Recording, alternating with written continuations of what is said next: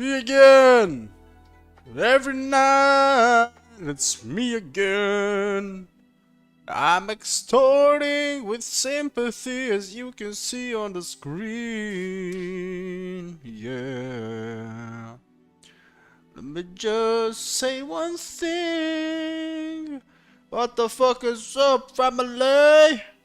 Are you ready to get hyper with me?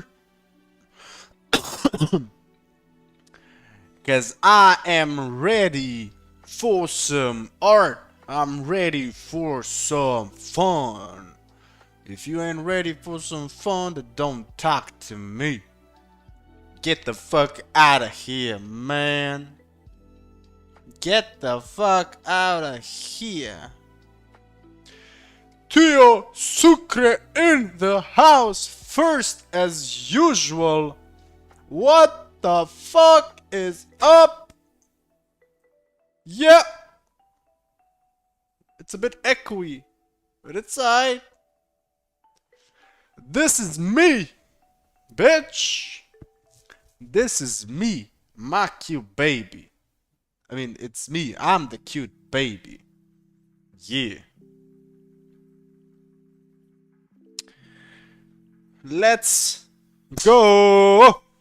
I got myself a drink. You got yourself a drink? Oh, that's right. Thank you for reminding me. Yeah. Yeah. I got some stuff that I need to improve my streams with. The first thing is this button for the hype train. And the next thing that I'ma need to sort out and fix it is an intro. An intro. We gonna need to make an intro song that I can walk out on. Know what I'm saying? We gonna need something like bam bam bam bam bam bam, and then me just walking out, you know, and come to the stream and being like from the exit. I'm like, hey yo, you know, hey yo, it's Slim. What the fuck is up, Slim?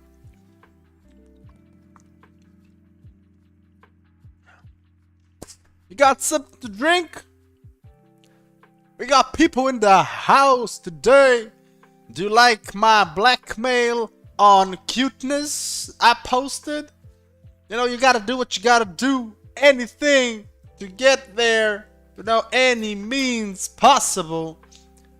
That's what's up. We gonna do what we gotta do. We gonna do what we gotta do. Make what we gotta make. Hey, if I gotta suck a dick, I'ma suck a dick. Pause. Anyways, this cute baby is me. I apologize. This cute baby grew horns.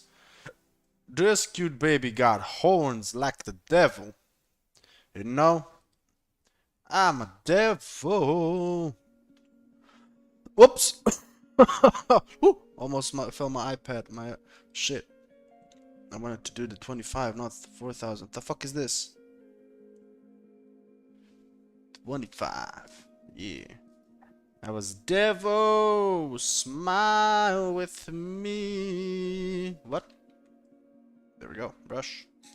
Smile. Chick. Chick. Very adorable. I ain't no devil. I ain't no fallen angel. We are all angels. Alright. Alrighty then. Let's get this party started with a candy. Y'all know what it is. We gotta do a candy. It's gonna be a big ass, thick ass candy. Not that thick though. We like them thick candies. We don't need no women in our lives. We don't need no women. I don't need no woman. Shit. Only make my life difficult. Difficult. Don't need no woman. We don't need nobody. You gotta count on yourself. Ain't nobody coming to save you. Just you. You gotta be strong. Yeah, I gotta make that button happen. I'm saying until next stream, next Friday. Friday.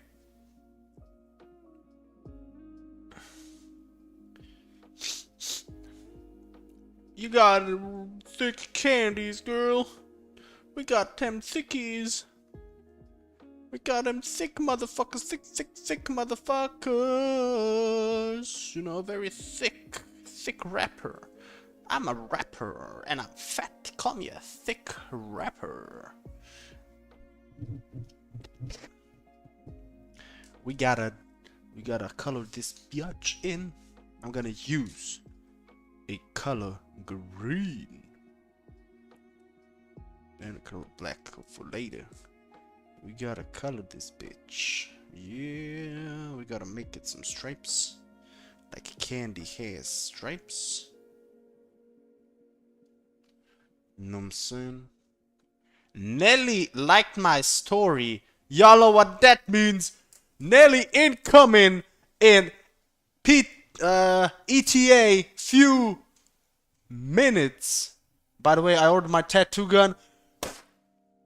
Holy shit, my voice cracked. Hey, Slim just ordered her first tattoo gun. That's fucking huge. You gotta tell me when you get it, because when you get it, we gonna make sure we gonna get the stream up and we gonna tattoo together, girl. I told you, it's Nelly, straight from South Ireland. What the fuck is called Italy? What the fuck is up, Nelly? Good fucking evening to you too.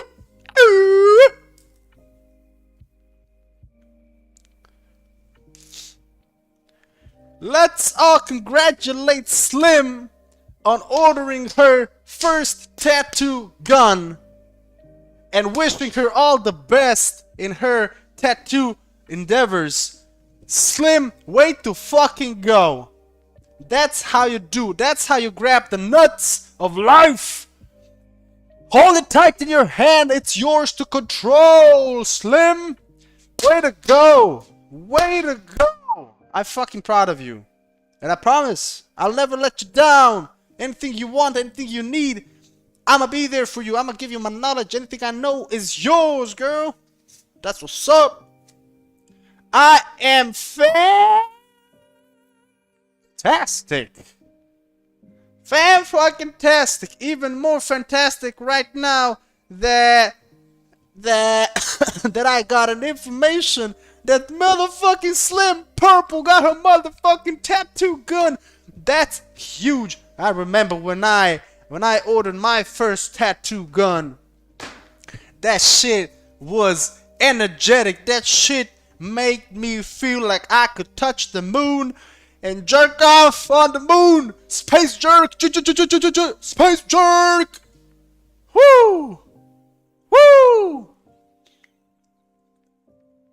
This is what kind of a community the Papi Sucre community wants to be. We encourage each other. We make ourselves go stronger. You know? We gotta go strong. We gotta go. You powerful. You should be excited. It's fucking amazing tattooing, girl.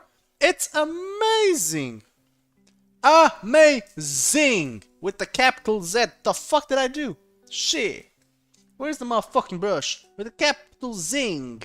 Zing. Ding ding. Yes.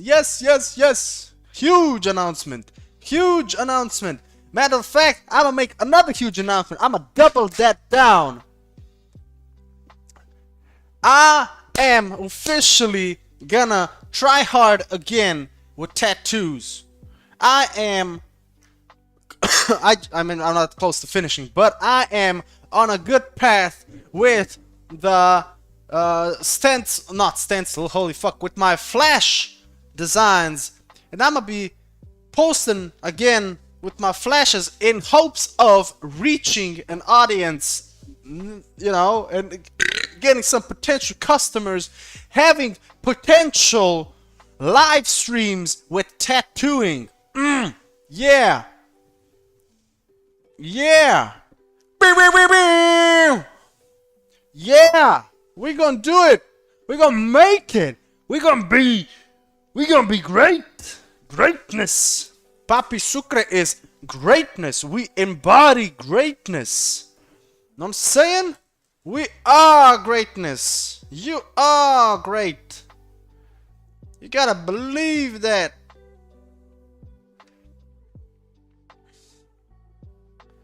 Hell yeah. Here is getting inked again. Yeah.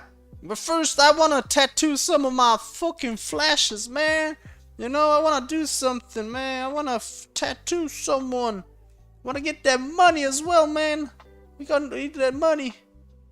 A lot of projects, yesterday when I finished the stream, I was thinking to myself, God damn, we made so many fucking cool designs. Holy fuck.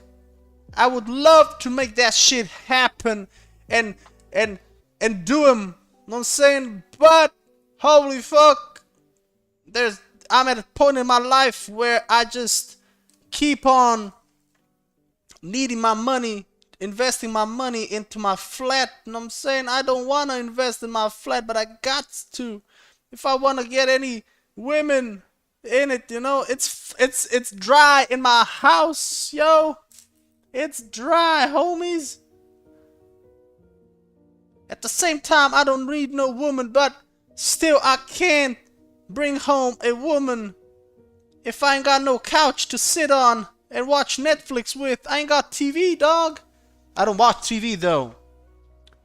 You want a sucre tattoo? Hey, listen, yo, listen to me. I got a brilliant idea. Know how it goes? Sucre always has a fucking brilliant idea. If or rather I say, when I come to southern Italy to the place called, I forgot, but it starts with an A. It's your city. I'm gonna bring my kit with me, alright? And if we ever get to meet there, which might happen, you know what I'm saying? I'm gonna tattoo you. I'm gonna do one better. I'm gonna tattoo you for free. For free.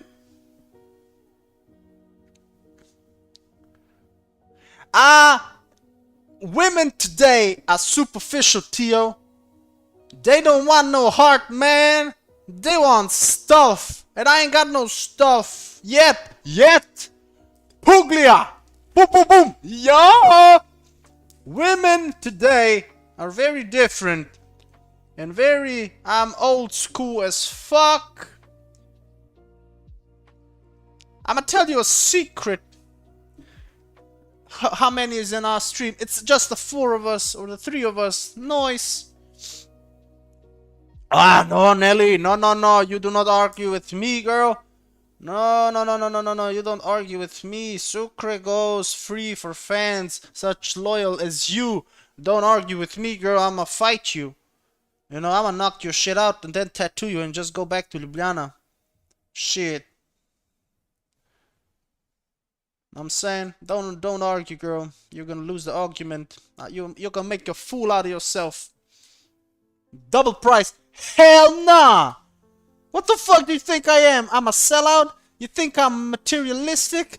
You think that I'm that kind of a person that extorts my fans? I would never. I would rather cross my heart and hope to die if I ever extort you for money that's more, you know, overpriced or some shit. I'ma be real.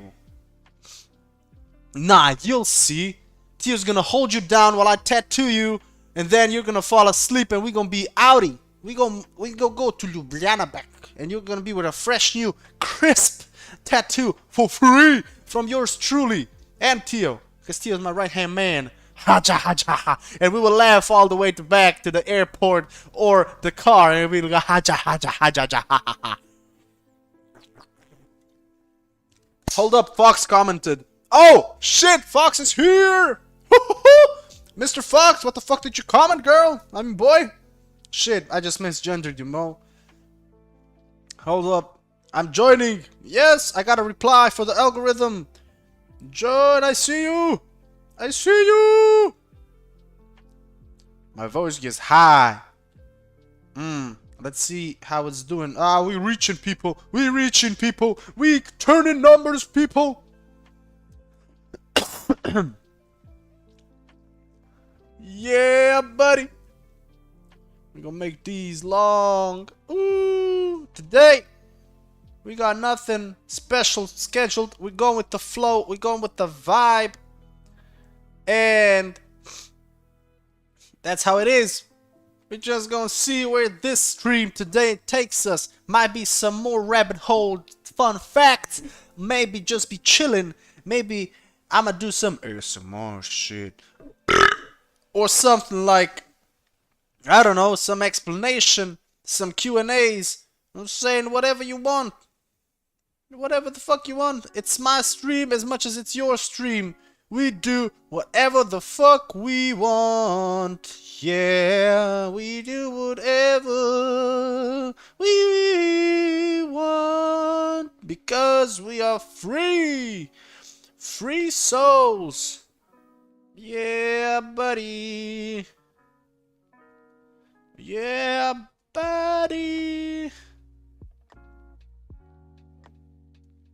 Whoops, what the fuck is this?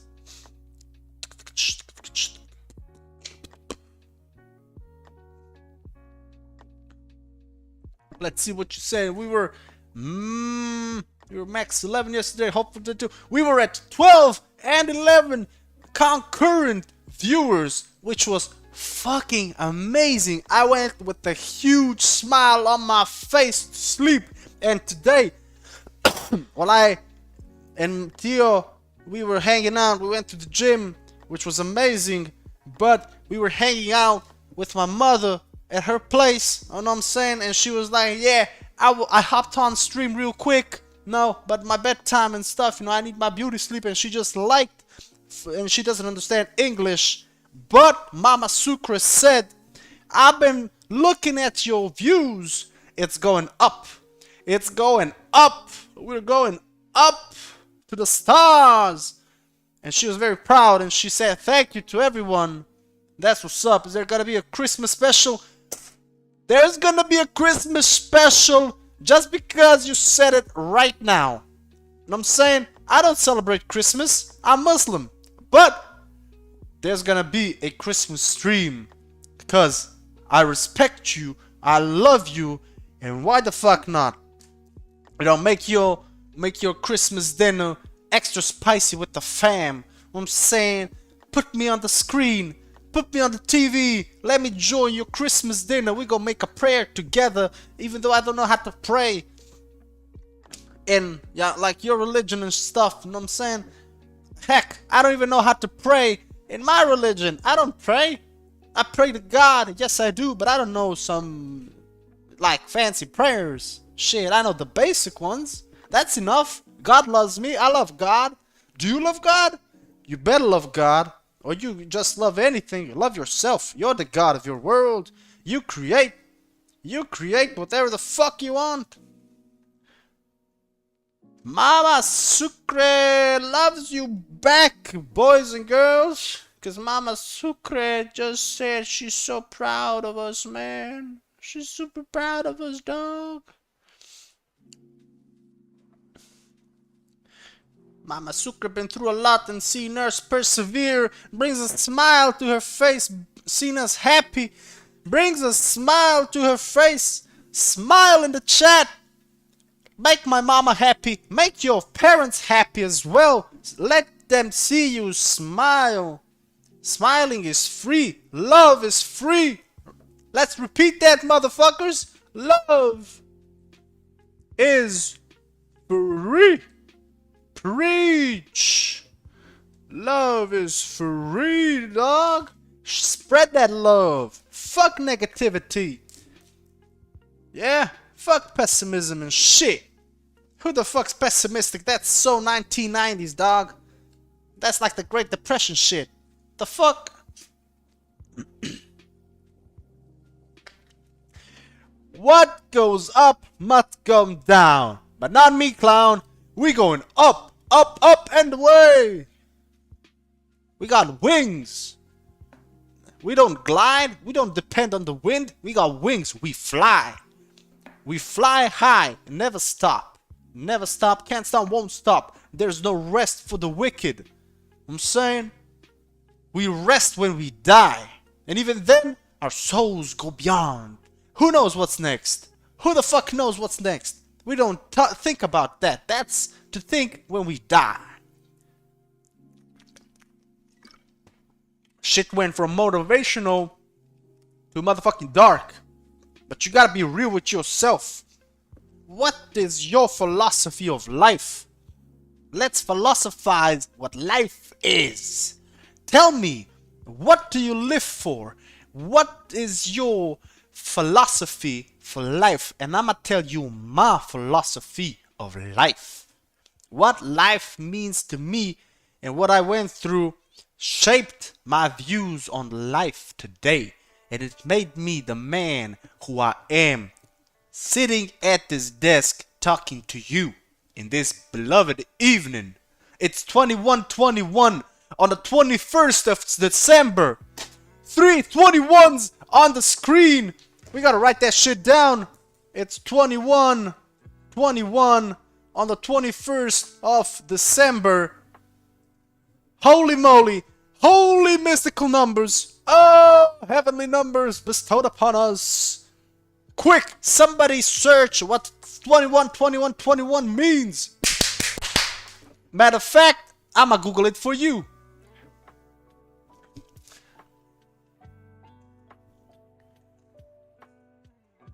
Let's see what the heavenly. Find harmony and equilibrium in all aspects of life through collaboration and self-driven action. Can I get a hell yeah? Can I get a motherfucking hell yeah? Woo! 21:21 indicates a message of self-reflection and perseverance. What the fuck was I just talking about? We are persevering through life. Life. We live for to give what you can give to others to bring happiness. That's beautifully said, Fox. I might join again later. I'm in Rome. I need to have dinner.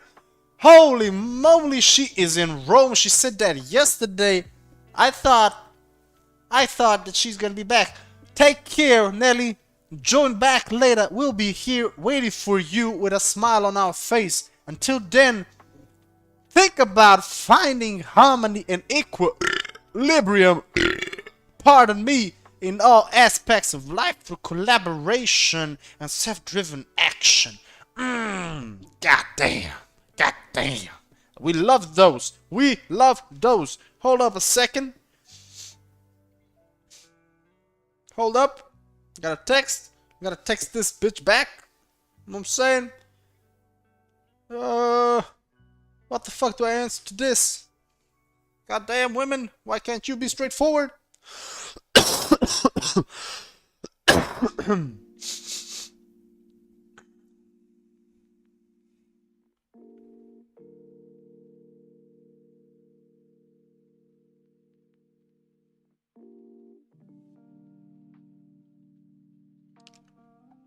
Alright, I answered something. Hoo-wee. You know what I got in my left hand right now? I have my right pen in my right... shit. I have a pen in my right hand, and in my left hand, I got a can. Fresh can of that Ready Bull. Ooh-wee. Sugar free, but not yet. We don't need that energy yet. We are still good. We are good, dog. We are so good. Super good. Super good.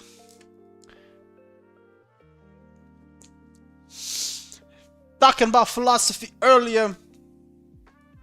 You see, my philosophy for life is a bit, how do I say?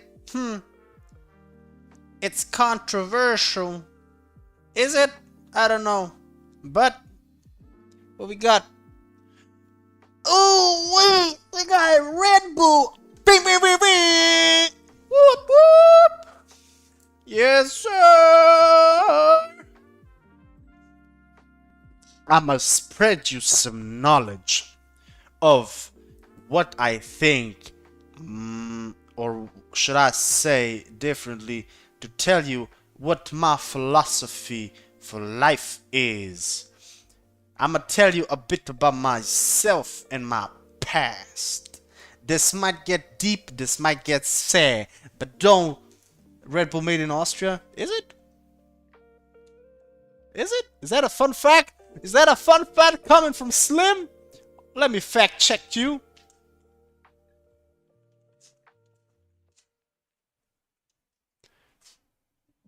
Salzburg, Austria, 1984. The two founded Red Bull GmbH in Fuschel am See, Salzburg, Austria. Holy fuck. I didn't know that. I did not know that. Where is Red Bull from originally? Yeah. Dietrich Mateschitz. What? Mateschitz. 1984. April 1st, 1987, Red Bull energy drink was launched in Austria. A new product category was born. Energy drinks. Whoa. Now my mind is blown. Damn, that's a sick fact. I'ma remember that. I'ma remember that. Yeah. The fuck you talking about, Tio? What about Thailand? Oh, I just popped it open. I just cracked that shit open. Oh, shit. I can see the liquid gold inside. Should I take a sippy sip? Should I be a naughty boy and do a sippy sip? I'ma do a sippy sip if you tell me to. Okay? Let me see if you want me to make a big juicy sippy sip. Let me see what you say about that.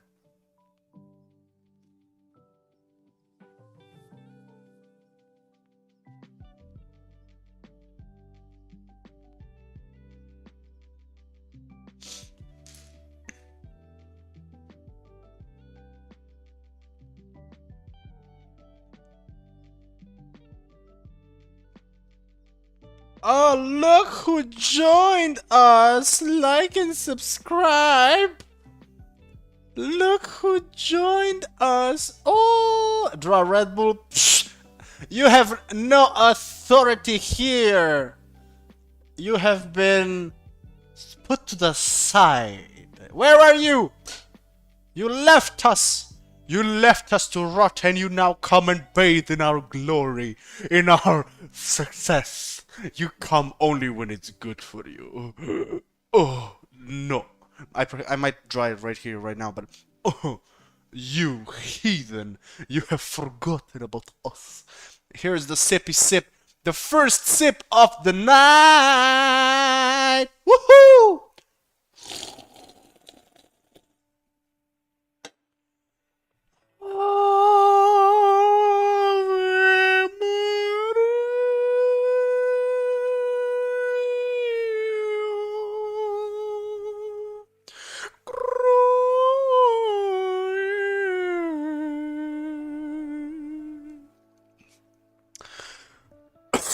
Shit, my voice! Started from the bottom, now we're here. Started from the bottom, now the whole squad fucking here. Started from the bottom, now we're here. Started from the bottom, now the whole squad here. Yeah. Next sip. Oh yeah. That's nice. Turned to a metal band right for a second. I got a nasty growl for metal bands, dog. You should see it, but I'm gonna do it not tonight, though. You got a little preview, but... Yeah, buddy. What was I talking about before?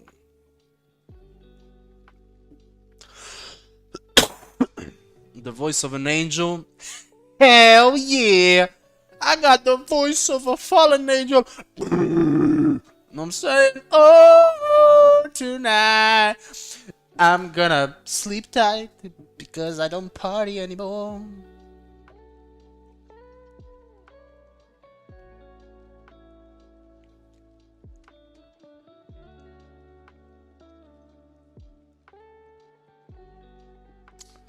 Mm-mm-mm-mm-mm. Let me sip of my sparkling water, the Red Bull, and philosophy of life. Oh! Philosophy of life! Mm,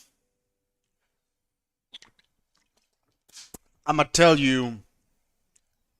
I'ma tell you a little short story. You know, let's finish this drawing, and I'ma do a draw my life. How about that? Hmm? How about that? Let's just finish this drawing real quick, and I'ma do a short, like nothing details, draw my life. I'ma tell you where I come from and how I got to this point in life. That should be fun and depressing. Hell yeah! But it can be depressing when you're high on life right now and fucking nice energy from the river.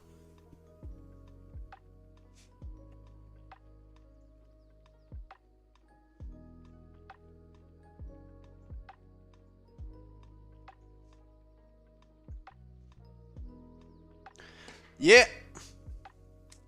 I don't know where this painting is going. It was even way back, 2018, more like 2015 or something, dog.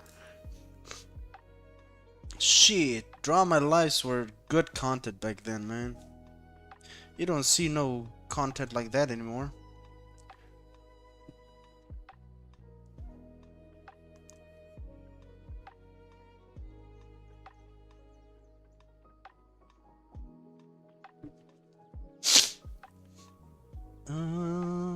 Let's see what I'm gonna do with this drawing, though. I have no idea what I'm going to do, but that's part of the process.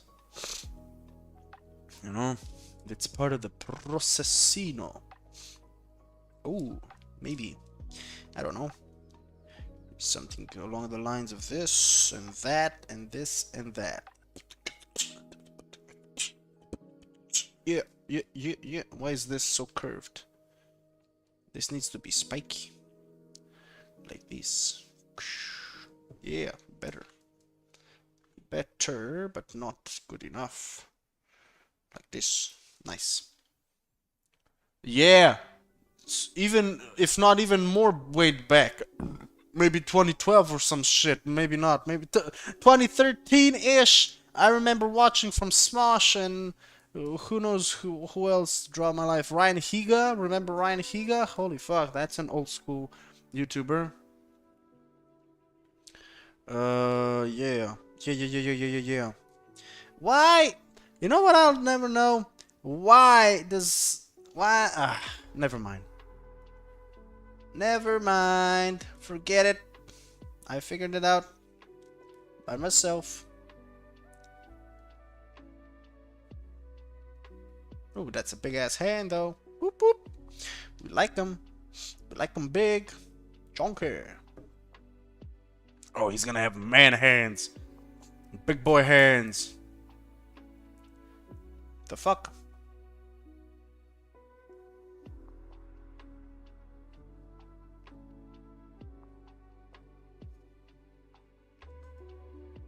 Yeah.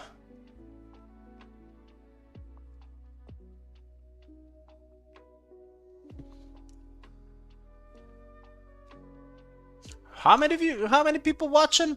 I looked away. We got 8 viewers. Whoop, whoop, whoop, whoop, whoop. Don't talk to me. Don't talk to me when you see me in public. JK, if you ever, I mean, you don't know how I look, but if you ever see me in public, man, you gotta say hi. You gotta say, what the fuck is up, you freak? I'll never turn down a fan. I'll never turn down an autograph or a fucking free doodle or a free doodle. You know what I'm saying? You want a doodle? You got it, cuz. You can sell those doodles for money. I wish someday my doodles will be worth something so I can give you something of value. Woo, that'd be sick. Would it not?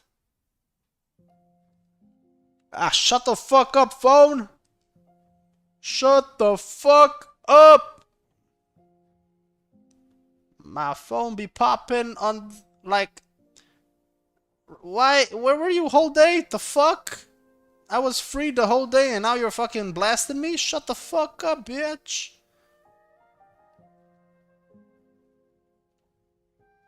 Women. Know what I'm saying? Weird specimens.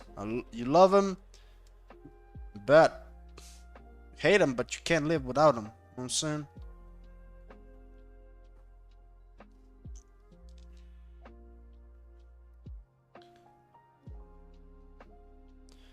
I love women though. Y'all the tranquility that a man needs for a steady life. You're the voice of reason in a relationship.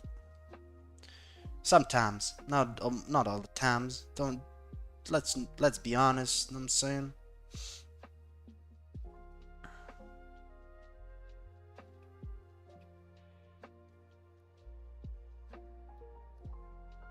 How's your love life going, girls?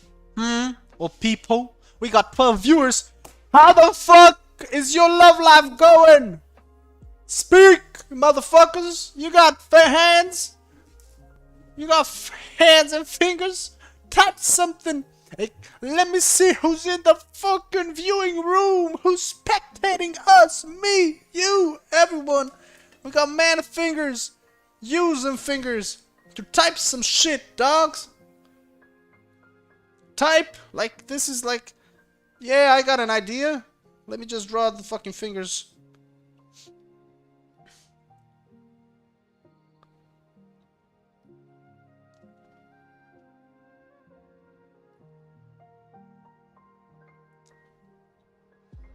This is your fucking screen. You're watching me, yo. Now type something. You're watching me on YouTube. You know, how I don't know how it's inverted. You know, YouTube, and this is me. You know, just drawing shit. Go on, type something. Say hello. I know you got a phone. How else would you be watching? Maybe on a computer? Even, you know, even easier to type. Shit.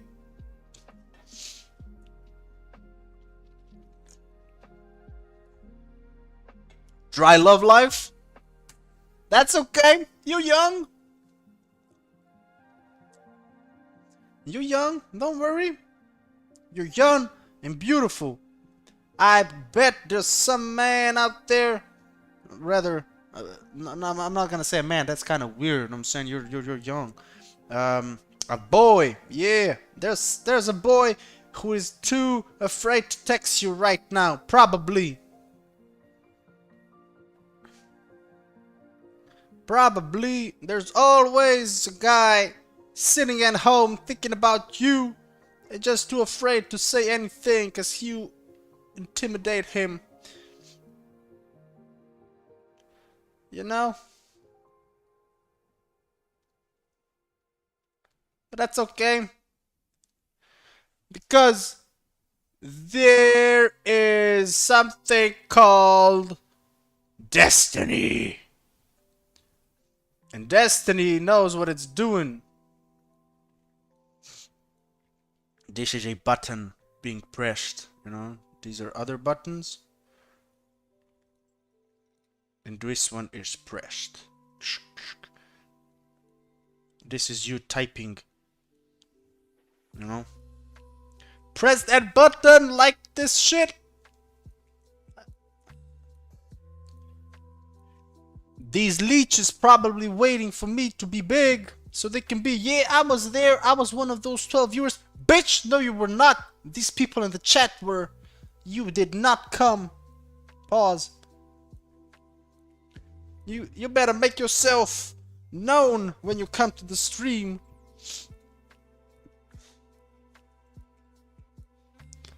Yeah, girl.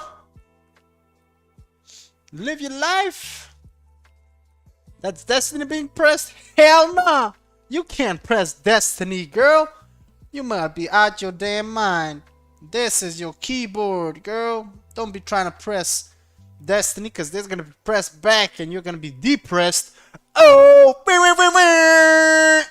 Yep. Better not to press to be depressed. Woohoo! Wordplay. Wordplay. Call me an MC. Shit. Slam poetry. Ooh, wee!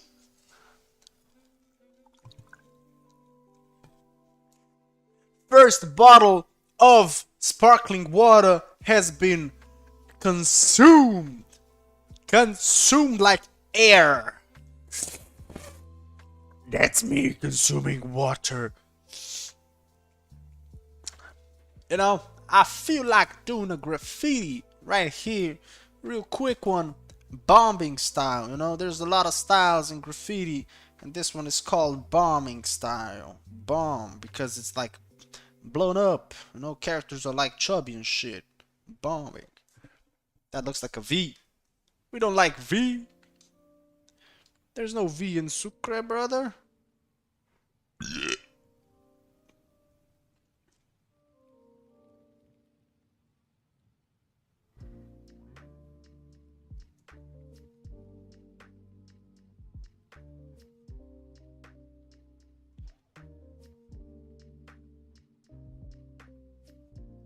That's what's up.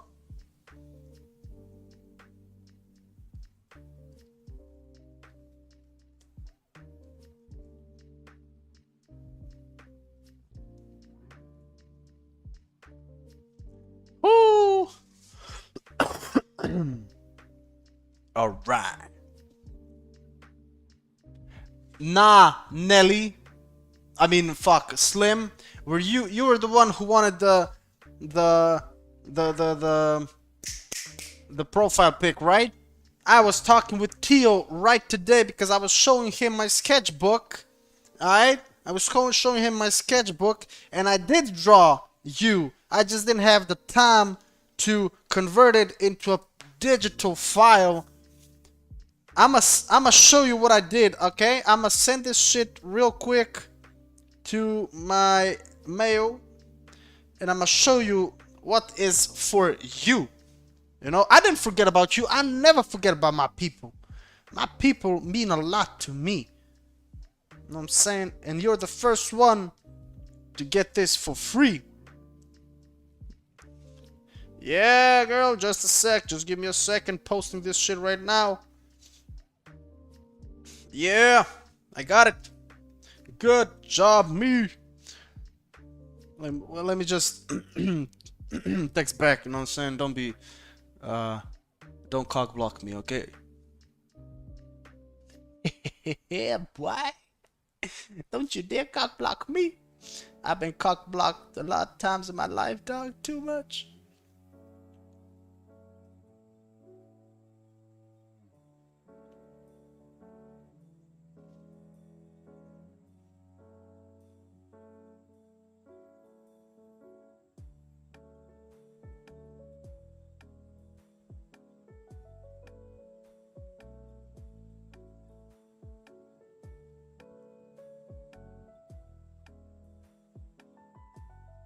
There we go.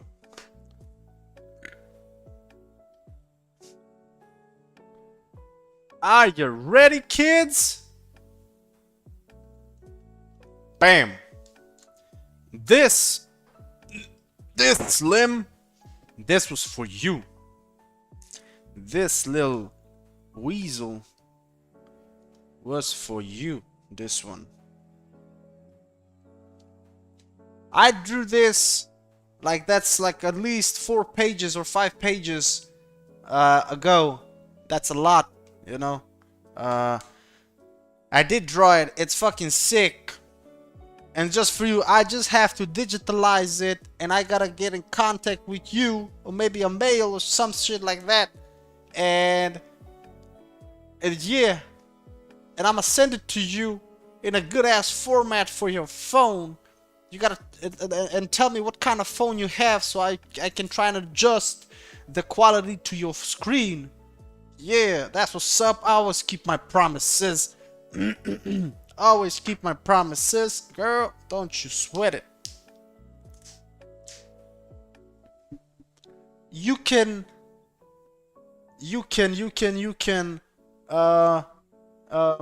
send, I don't know,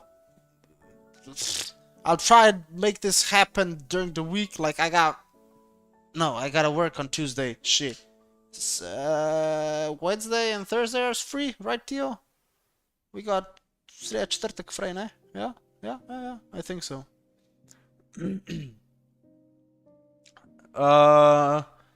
Yeah. And I'm gonna try and fix this up, hook you up with a digital stuff, and we're gonna, DM me on Instagram, and I'ma contact you there, okay? You just DM me first. I think I tried DMing you, for this back, but something went wrong, and I couldn't, okay? So just DM me, and we'll make it happen, okay? Don't post your fucking mail here. Don't be dumb, okay? Let's clear this so people don't. Rather, I'm just gonna delete it. I got it on my mail. Let's delete the shit. If you want a custom screensaver, holla at me. But this one, the first one is always free. I gotta say, man, I can't work for free anymore. Shit. Good. I got Wednesday and Thursday, the holidays, and I'ma do my best and fix you up one of those days. Alright? Yeah. Cool. Screensavers are also like doable for a small price. Shit. I don't like doing this. I want to do stuff for free, but a man's gotta eat, and I got a big stomach, and I like meat. I'm in my bulking phase right now, dog. Don't flatter me, man. I'll do. I'm a man of my word. And for my fans, especially these kinds that are always here to support and actually ask me in comments if I'm gonna stream today, I'ma spoil you back. Just give me time. Just let me blow up. And I'ma spoil you back, okay? I wanted to make, you know what? I'ma tell you what I wanted to do. I was crafting some stickers a month back or something like that, a month and a half ago. I was thinking about, doing some stickers. Yeah, laminating them, making them, proper, like a twang to them. I was gonna spoil you, and I was gonna send you some stickers just to you few fans who actually support me wholeheartedly. I just couldn't because I didn't have the budget. I'm saying I just couldn't spoil you, but I'ma spoil you. Just give me the time. Stay patient. I'ma spoil you, and I will remember each and every one of you. I finished my good juicy steak with my side of salad and my fresh mozzarella. Now I'm motherfucking hungry, dog. Don't do this shit to me. Don't do this shit to me. Anyways, Nelly, you're right on time because right now we gonna do. Oh shit, fuck. We gonna make you miss this part, but we are doing a draw my life. Yes, sir. We are going back in time with our time machine that it's in the shape of a candy, and we're going back to like 2012 or some shit. I do have some meat in my fridge, just like you said, I got some meat in my fridge, but I'm actually kind of full, but I do feel a slight tingling sensation in my stomach. I might just in the at the break time. Yeah, I forgot the Sucre. Yeah, Sucre drama life. Yeah, little little Halo. Yeah, maybe at the intermission, I'm a go grab something to eat or some snackage. You know what I'm saying? Maybe some nuts. I like nuts in my mouth. We just lost 10 viewers, which is great because they're probably some of the people that I know, maybe, maybe from the Instagram stuff because that's more personal to me. That's good. That's good because I'm a doom. I can be honest. And I mean, I can be vulnerable. Those bitches ain't they're vultures, dog. They're gonna eat my inside, but I'll fight them, man. I'ma kill anybody who stands in my way. I'ma kill you, dog. Ask Tio Sucre how dangerous I am. I'ma kill you. My body's a machine. A fighting machine. I'ma knock the fuck out, man. Anyways, if you got, we're gonna start right now. And if you got any questions or any suggestions on how I should, like, what's the timeline? Because I don't know, I'm not a good storyteller.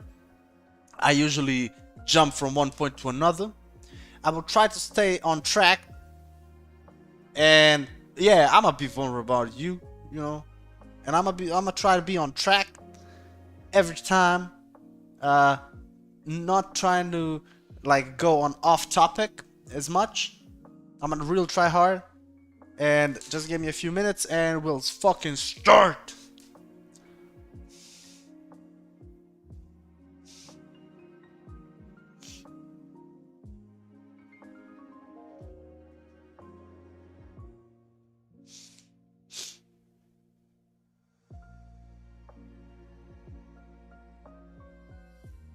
Alright. Okay. This all stemmed from okay, this is gonna be serious, I'm not gonna be hyper or some shit. What? We got 13 viewers again? The fuck? Okay, welcome to Papi Sucre's Drama Life. Okay? If you're some people that I know, this is my life, dog. You probably know just one side of me, but I'm way deeper, man. I'm way complex. I'm a complex human being with human emotions, even though I don't show them as often. The people know me as laughing motherfucker. But my emotions are deep. I got them under control right now because my life was good. My life was good till some point, and then it wasn't that good. But and then it was great again. So let's just start, okay? I'm gonna draw it like a comic book or something, a few panels and shit. Okay, so Papi Sucre. I'm not gonna tell you my real name, or should I? Tio, what do you think? Should I tell them my real name? I'm gonna wait for Tio's answer. Honestly, just tell me if should I tell. I did tell my name once on my TikTok, in a comment or something like that,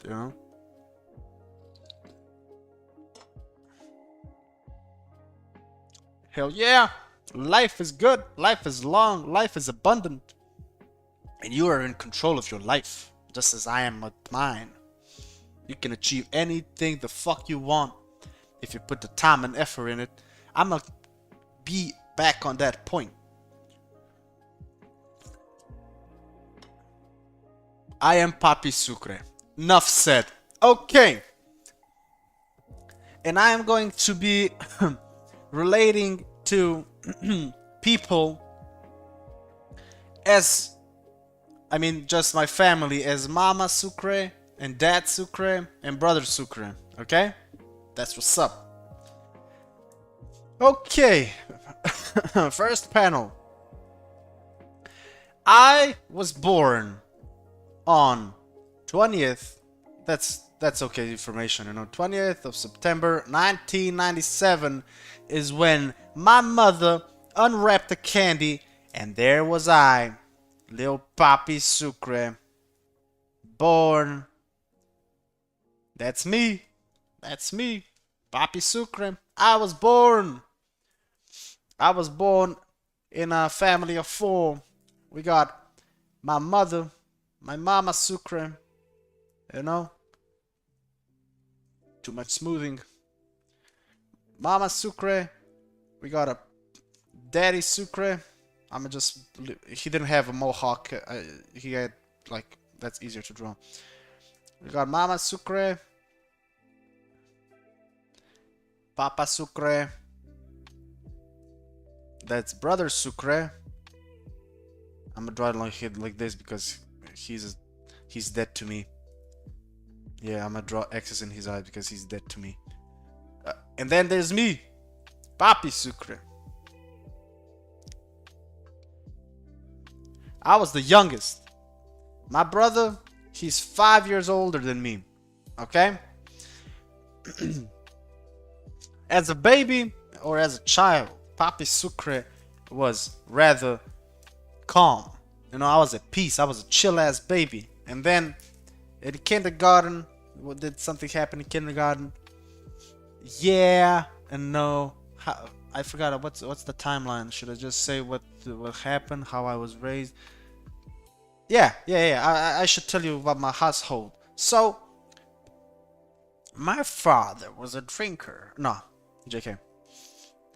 My father, when I was born, he already had, or just basically started his construction firm. So my father's occupation, he was like, he owned his own construction firm.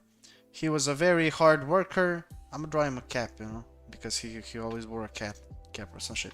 That's Sucre. You know, he was a good worker. This is his hammer, you know, his hammer and his maizla, the promistria. There we go. He is a worker, and my mother, she didn't have to work at all. She was at home. Her job was to take care of me and my brother and raise us to be. One of us became a good human being. The other one is a doofus, a fucking idiot.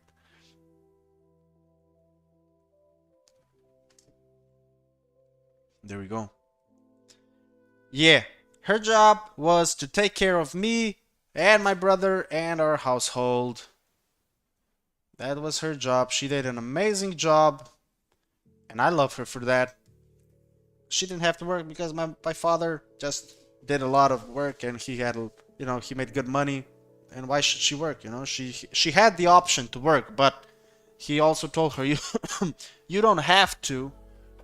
You know, take care of the kids, take care of the household. I'll take care of the money and the income. My father was a true definition of what a man is, and I look up to him every day, and I did every day until he passed. And now I just look up to the sky and say, thank you, Father, for giving me the ethic of working and respect towards money and, you know, disciplining me into being a good man.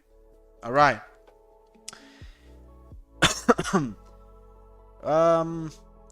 Then came. Okay, I'll tell you about a little bit about elementary school. In elementary school, I was a bit chubby. I was a bit chubby. I was playing soccer, and when I say a bit chubby, I was not like chonk, you know, chonky sucre. I was not chonky. I was just, you know, a hefty baby. I was even born a hefty baby. I was born at 4.3 kilos and 55 centimeters long. I was fucking huge, you know. But I was a bit thick little kitty, you know. I was thick little boy. And at first I was playing, you know, typical Balkan sport. I was playing soccer.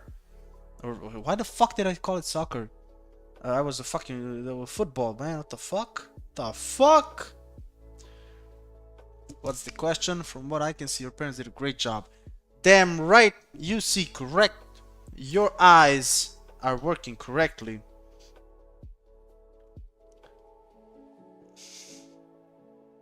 Just a sec. When I go mute, don't mind me. I'm just texting back. Okay, I hope you don't mind about that. But she's active at night for some fucking odd reason.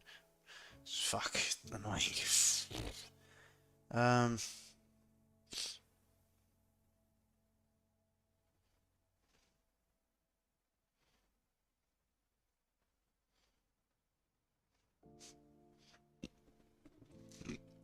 Oh shit. Okay. Yeah. I was playing football from like I'd say grade 3. Holy moly, Slim. Big ass baby. Big ass baby. Damn. Damn. Shit, and I thought I was big. Holy moly.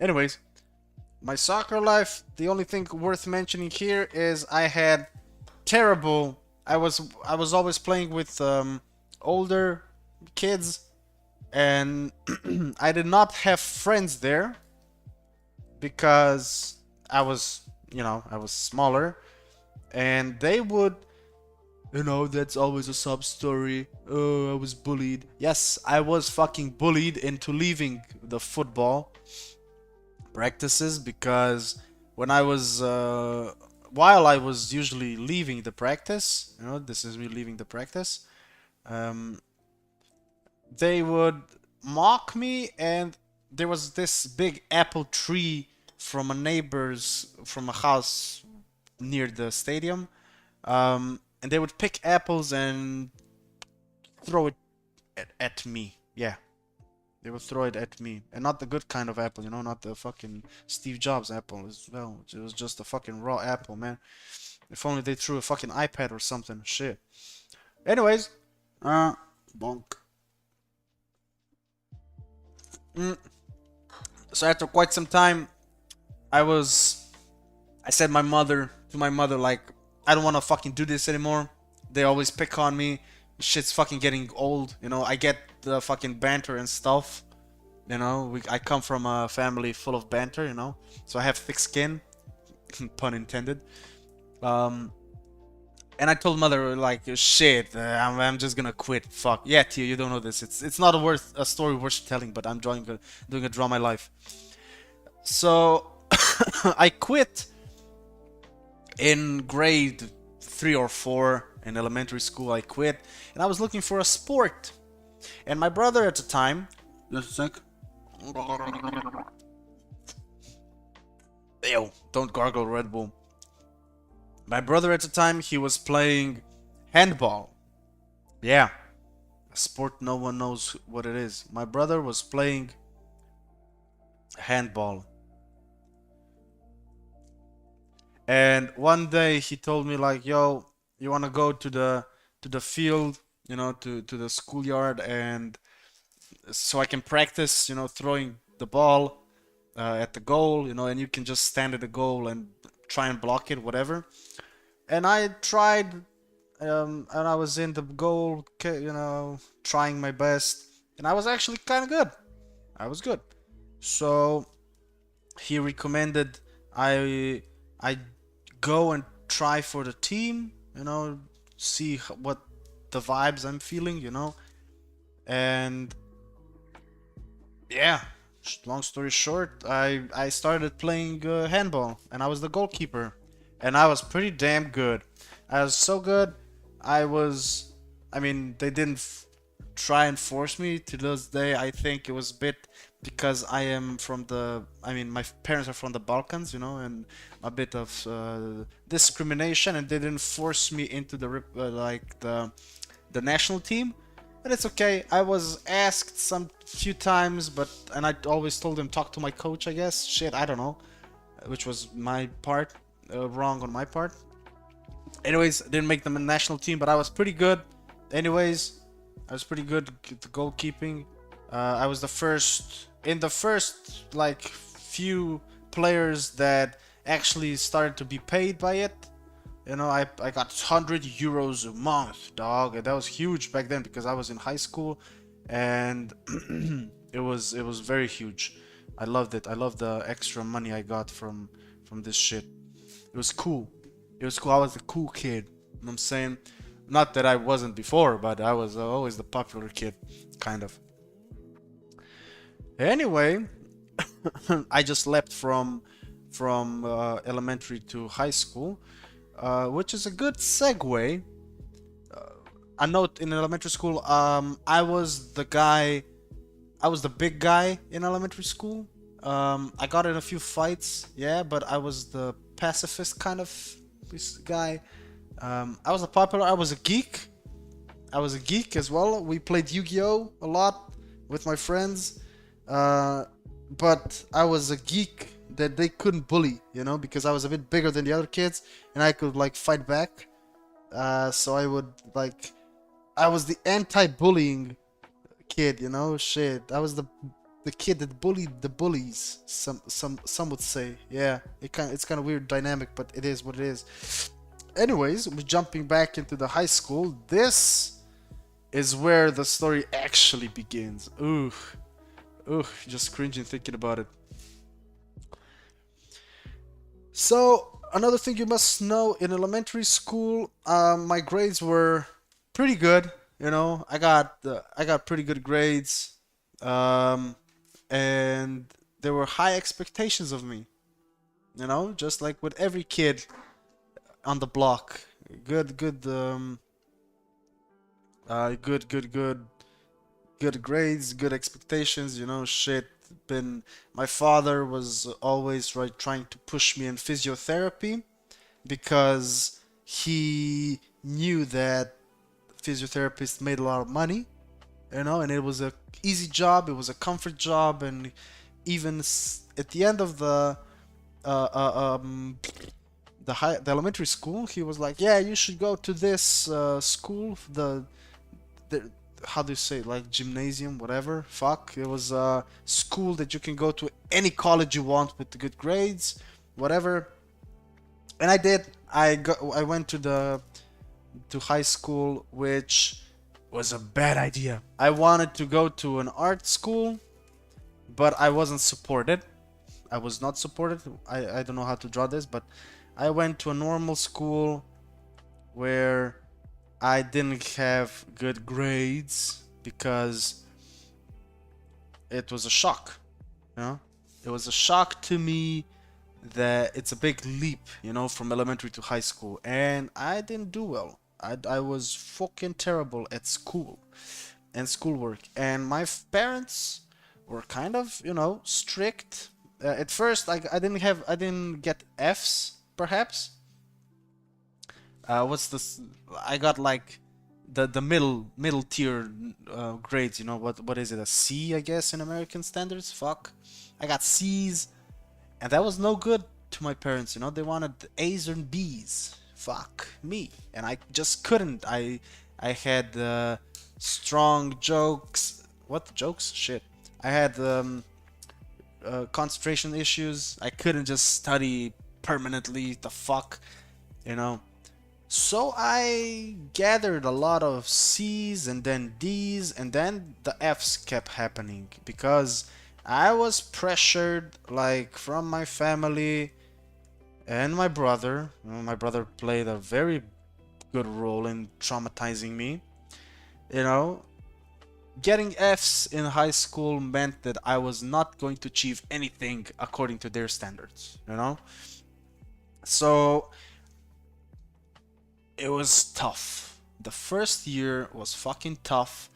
I somehow pulled through the first year, um, and I got three subjects for to to redo them during the summer. I got so many F's that I just couldn't pass during the year, so I had to do them in the summer. Summer school, whatever shit. I don't know how it's in Europe stuff, but that's how it works here. But in the meantime, while I was trying to fix my grades, every day of my high school experience, I was nothing. I was a fucking idiot. In my father's eyes, in my brother's eyes, even my mother's eyes, they were flabbergasted. Like, how could I go from like A's and B's to straight F's, you know? Shit. They were flabbergasted. They didn't know what to do, you know? Shit, parents do their best to understand, you know? But they just couldn't understand me. Fuck, they didn't want to listen to me. Shit. So, when I got the three subjects for the summer school, that's when shit hit the fan. You know, that's when everything like hell went loose. Shit. Yeah, hell broke loose in my household when I got those because my brother never had issues with his grades. Yes, he didn't have like the best grades, but they were passing grades. Shit, and I couldn't even get those. Apologize. So, for at the end of the year, on a daily basis, I was hearing the most awful shit that you can like tell anyone, you know, and coming from your like mostly from my brother and father, it was fucking disgusting, you know. I got like they told me like next to stuff like you are nothing, you're not gonna achieve anything in life, you're going to be, you know, they're degrading me like you're going to be homeless, you're you know, you're gonna be a fucking hobo begging for money, um you know, shit, you're gonna be a garbage man. That's an insult here, I guess, you know. Shit, garbage men are living an honest life. I don't still understand why they, you know, shit, they think of them less of what they actually are, but they're an important part in our community, and I respect them for keeping our cities clean, you know. Shit, but yeah, on a daily basis I was degraded as fuck. Shit, and it took a toll, and it took a massive toll on my brain and on my psyche, and shit, yeah, my brain, when it collapsed, my self-esteem collapsed, my will to live vanished. It just went, and that's when my depression started. Like at the end of year one is when, like, you know, when you get told by the people you that love you the most, that should take care of you, you know, that are there to support you every step of the way in life, when they start to tell you that you're not gonna be shit in life, you know, start listening to that shit. And I was feeling like shit every day. Every fucking day I was feeling like shit. Waking up was a fucking task, you know, going to school, putting on a fake smile, you know, all those shit, you know, the basics. And that's why people didn't know, you know, they didn't recognize me as the depressed one, you know, shit, everyone had their battles, but I just didn't express them on the inside. I was always in the mood for jokes, I was always the class clown, hence why I draw gestures. It stems from that, because I was always a class clown. Yeah, that's where the story comes from, gestures. I was the class clown, and I was always there to entertain all the others and cheer up everyone else except me. Yay, because that's how depression works, you know? You don't want to burden anyone, am I right? You don't want to burden people around you. The fuck? This guy's texting me. Fuck off.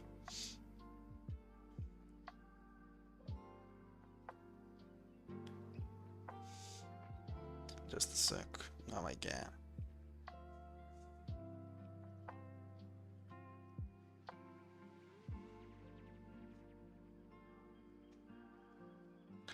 God damn.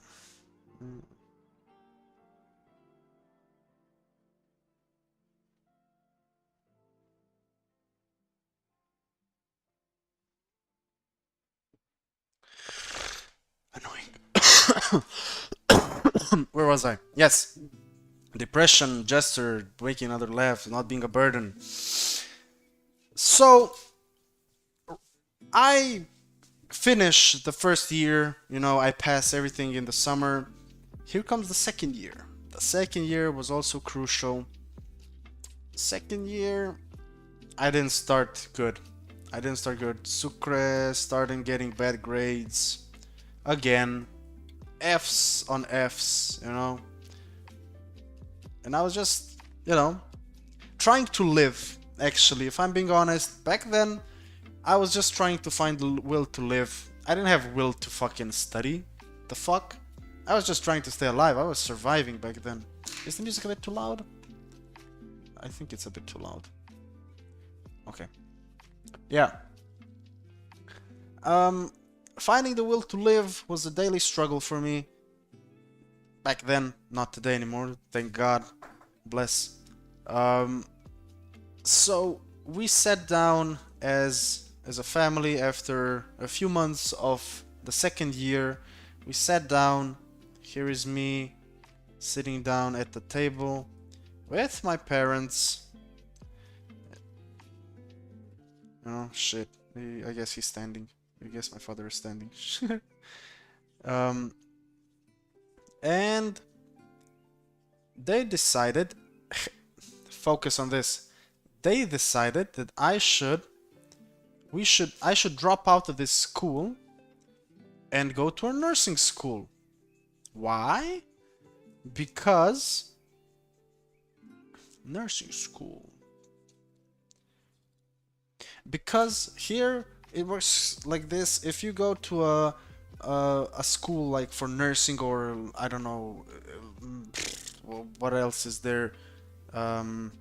Whichever school, you have limited options for colleges. You know, you have to make some other exams and whatnot. That's difficult to explain. But from nursing school, you can still apply to a physiotherapy college.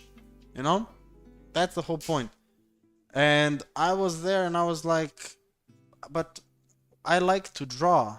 You know, I like to draw, father. I like to draw. I like to make silly faces with my ink. You know, can I maybe go to this school? You know, and enhance my talent? And they said no. You cannot, because there is no money, there is no life after that school, and you would just be wasting your time. And at the end of that, you're not gonna have a proper degree. You won't be able to find a proper job, you know. And there's just no future if you just go to that art school, you know. So I listened, but I wanted like another opinion. So I turned towards my brother. My brother, who is dead to me. And I remember this vividly. He was gaming. He was by his desk. He was at the computer. He was playing League of Legends. I remember as it was yesterday. He was playing League of Legends. He sucked at it, but he still played it. And I came into the room, you know. This is pretty good representation of his room. Actually, there was this big wall, you know. There was a pull-up bar right here. And I came to the room. I sat on the bed, and I was like, "Bro, I need advice. You know, are you free to talk?" And he was like, "What the fuck do you want?" And I was like, I was thinking about going to this art school, you know? You know how I like to draw? By the way, he was actually a very good artist as well. He drew a lot as well. He just didn't pursue it anymore. And I was envious of him because he had friends that were graffiti artists, and they had a clan and everything. And I was so jealous because I didn't have friends who liked to draw as well, you know? And I went on solo missions to graffiti on some abandoned houses in the industry district near us. He never took me with them because I was too young, you know, shit. But basically, I was very jealous of that. I do admit I was jealous of him and his friends. back to the story. I was like, yo, I was thinking about, you know, how I was gonna switch schools, and I was thinking about your opinion about this art school. I had to muster up so much courage to ask him this. Holy fuck, I was, hesitant, and and he was like, "What the fuck is wrong with you? Like, you do know that there is no, like, that's useless. That's a useless school. You're just gonna be pulled into drugs because that school is kind of known for weed and drug usage. Artists. What the fuck? It's art. It's artists and free spirits and LGBT communities are there. I mean, nothing wrong with them. My best friend, my Tio, is gay. Shit. But and he was like, no, there's drugs and metalheads, and you're gonna be pulled into bad company, and plus there's no future in art. You cannot like do anything with that degree. You're just gonna be a nobody. And he was like, you already are a nobody, and you're still gonna be a nobody with the degree. And I was like, okay, and I left. I left that room feeling like abandoned. I remember it so vividly. I did lay on my bed. I lay there, thinking like, why does nobody, why couldn't nobody understand like what I want? Shit, cause I wanna draw. Shit, I don't wanna be a fucking physiotherapist. I don't wanna be a fucking nurse. The fuck? So, I went to nursing school. I went to fucking nursing school. Oh, oh shit. Uh, Oof. What the fuck did she write? Oh my god, what the fuck? What a load of bullshit is this? Oh my god. Just a second, let me read this.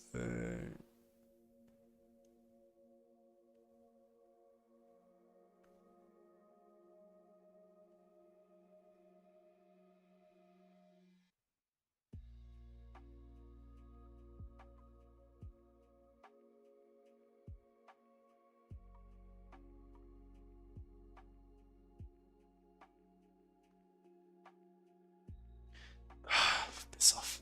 Yes. Nursing school. Yes, yes, yes.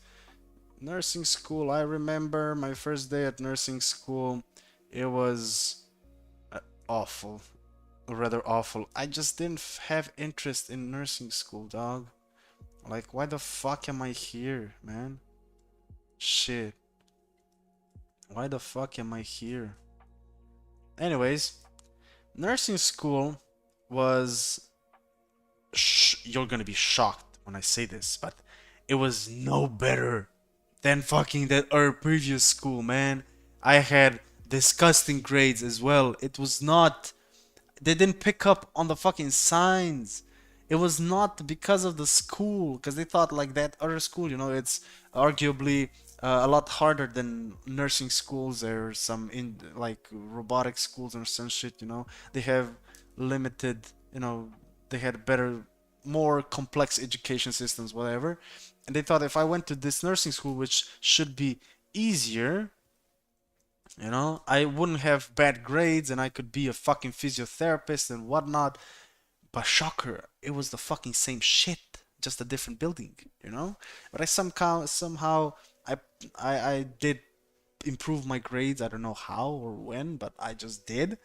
Um, but the depression started kicking in real quick. It never left me. It got worse and worse through the years.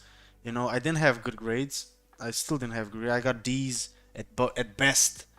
Um, I got D's and bests in nursing school. So there came like arguments with my parents again. Like, if you don't get your grades up, you're not gonna go up in life. You know, you're not gonna become a physiotherapist.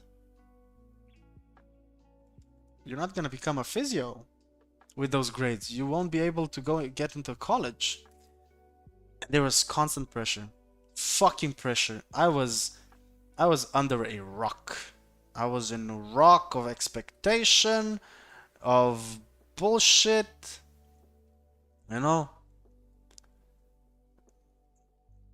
I smiled through though. I smiled through. It was tough, but I smiled through. Smiled through the pain. Smiled through the pain. In the meantime, I was drawing. I was hanging out with friends. What happened? There was some, every year of this high school as well, I had like summer school, um, bad grades, and shit didn't stop. The constant verbal harassment or verbal, I don't know, beatings I got, verbal beatings I got from my parents and my brother as well. I just became used to it. Shit. I embodied it. Like they said, you're still a nobody. You're still trash. I was like, yeah, fuck it, I'm trash. I'm fucking trash. What can I say? I'm fucking trash. And I embodied it. I lived with it. I can't change their opinion of me. The fuck? I couldn't. I wasn't strong enough. Shit. I was trash. I was shit. I was everything you can imagine. There's not a word in the dictionary I wasn't called that would surprise me or, you know. So I lived up. I was Sucre the trash man. Sucre is inside here. Um, what's next? After high school. I mean, yeah. Then came. Oh, there was one. My main teacher said that I was also the teachers didn't love me because I was hanging out with some fools. But I wasn't a fool in class. I was always respectful and shit. They just didn't love me. Just because as well from discrimination from coming from a Balkan family. Discrimination is still here. Shit. So then the year fourth. Year four is a crucial moment in my life because in year four in high school, there's a thing at the end that they grade you upon, like the few main subjects, and you have to pass them and get good points so you can go to a good college and whatnot. But there's also a thing that I was informed by this main teacher and the vice principal, which was also my teacher for the Slovenian language subject, whatever, that if I fail 4 subjects,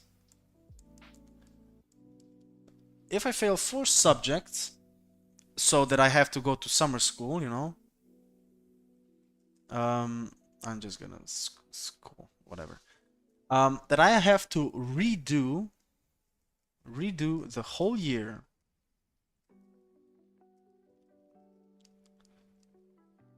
That I have to redo the whole year by exams. Like I have shit exams. So there I was in May. It was May. I was struggling as hard. You gotta understand. Like all this time through this shit, I was borderline suicidal. I'm just not getting into the deep stuff because the language barrier and some stuff is just better kept quiet and revealed through the years of my career, whatever. I'm just giving you the big other parts, the TLDRs, whatnot. So it it was on I think it was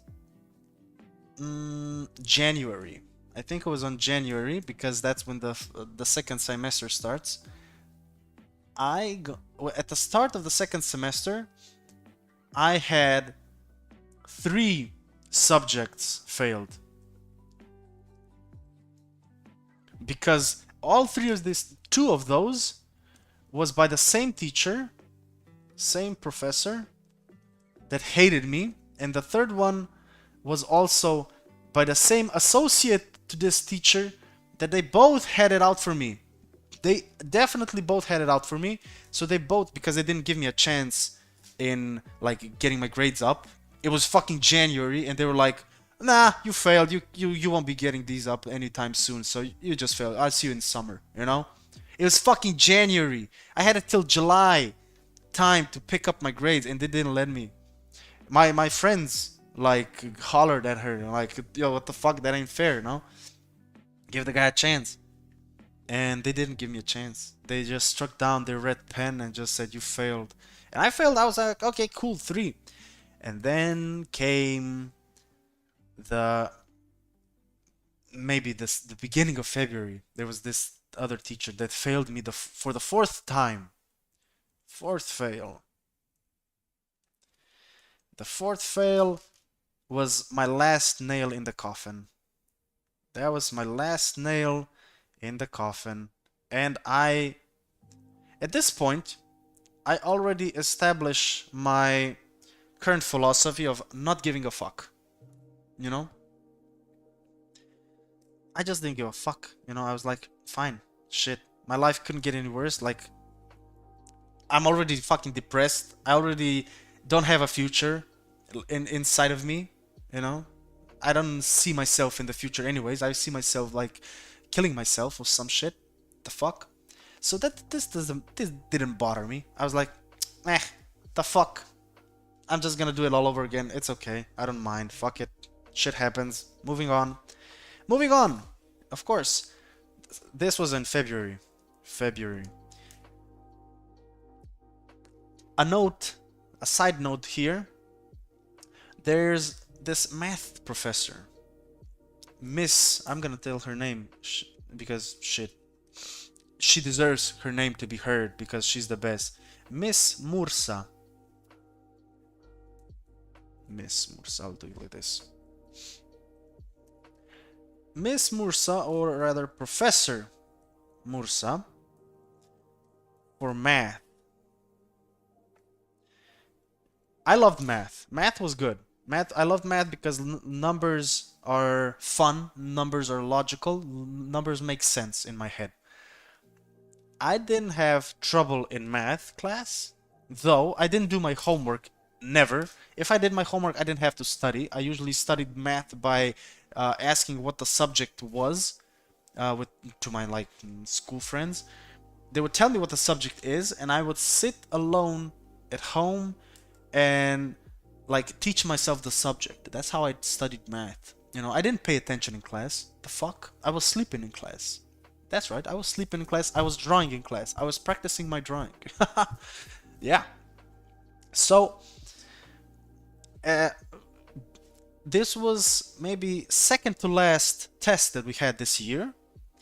And prior to this test, all my other tests were good. They were positive grades, you know. It was a passing grade. It's okay. But the last grade, because this was in May, we had the first one somewhere in February. I remember I did pass it. Very good. It was like a D or something. There was some middle grounds, maybe higher tier. You know, it was a good grade. It was fucking good grade. But the second last test came, and I just wrote my name. You know, I wrote my name, and I started drawing shit on the test. You know, I was drawing shit because it didn't matter.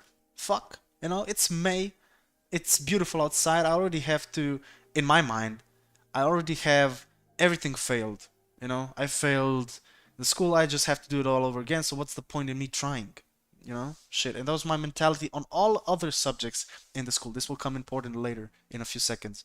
So I was drawing shit on my test, you know. And when the test came back, Miss Mursa, bless her heart, fucking bless her heart, she was like, she wasn't a Jew. She had a little bob cut like this. Respect to Mursa, man. And she was like, Sucre, you better, can you stay after class? I have to ask you something, you know? So I did. I was like, sure, why not? You know, thumbs up. I will. It doesn't matter. I will stay after class. So the class comes by, and she pulls me to the side and waits for everyone to leave. Oh my god, I was so fucking afraid when the fucking fucking fireworks popped, and I was like, the fuck, who's knocking on my door? Shit. Scary shit. Yeah. she was confused because she was like, why did you not try? Because I know you know this shit, you know. I know you're, I know, capable of doing this good, you know. But why did you not try? Like, why did you draw all over my test? And I was like, what's the fucking point? You know, I already have 4 subjects failed. You know, shit. I mean, at that point, I had 6 subjects failed. 6 failed subjects. You know, and again, she was double confused. You know, she's like, why? Why do you have 6 failed subjects? And I explained to her, like, my main teacher and the vice principal told me that if I get 4 or more, I have to do it all over again. So I was like, what's the point in me trying if I'm gonna do it all over again, you know? And she's like, what the fuck are you talking about? I was like, that's what they told me. And she's like, who told you? And I told her, like, the vice principal and that bitch. And she was like, that couldn't be farther from the truth. And I was like, what?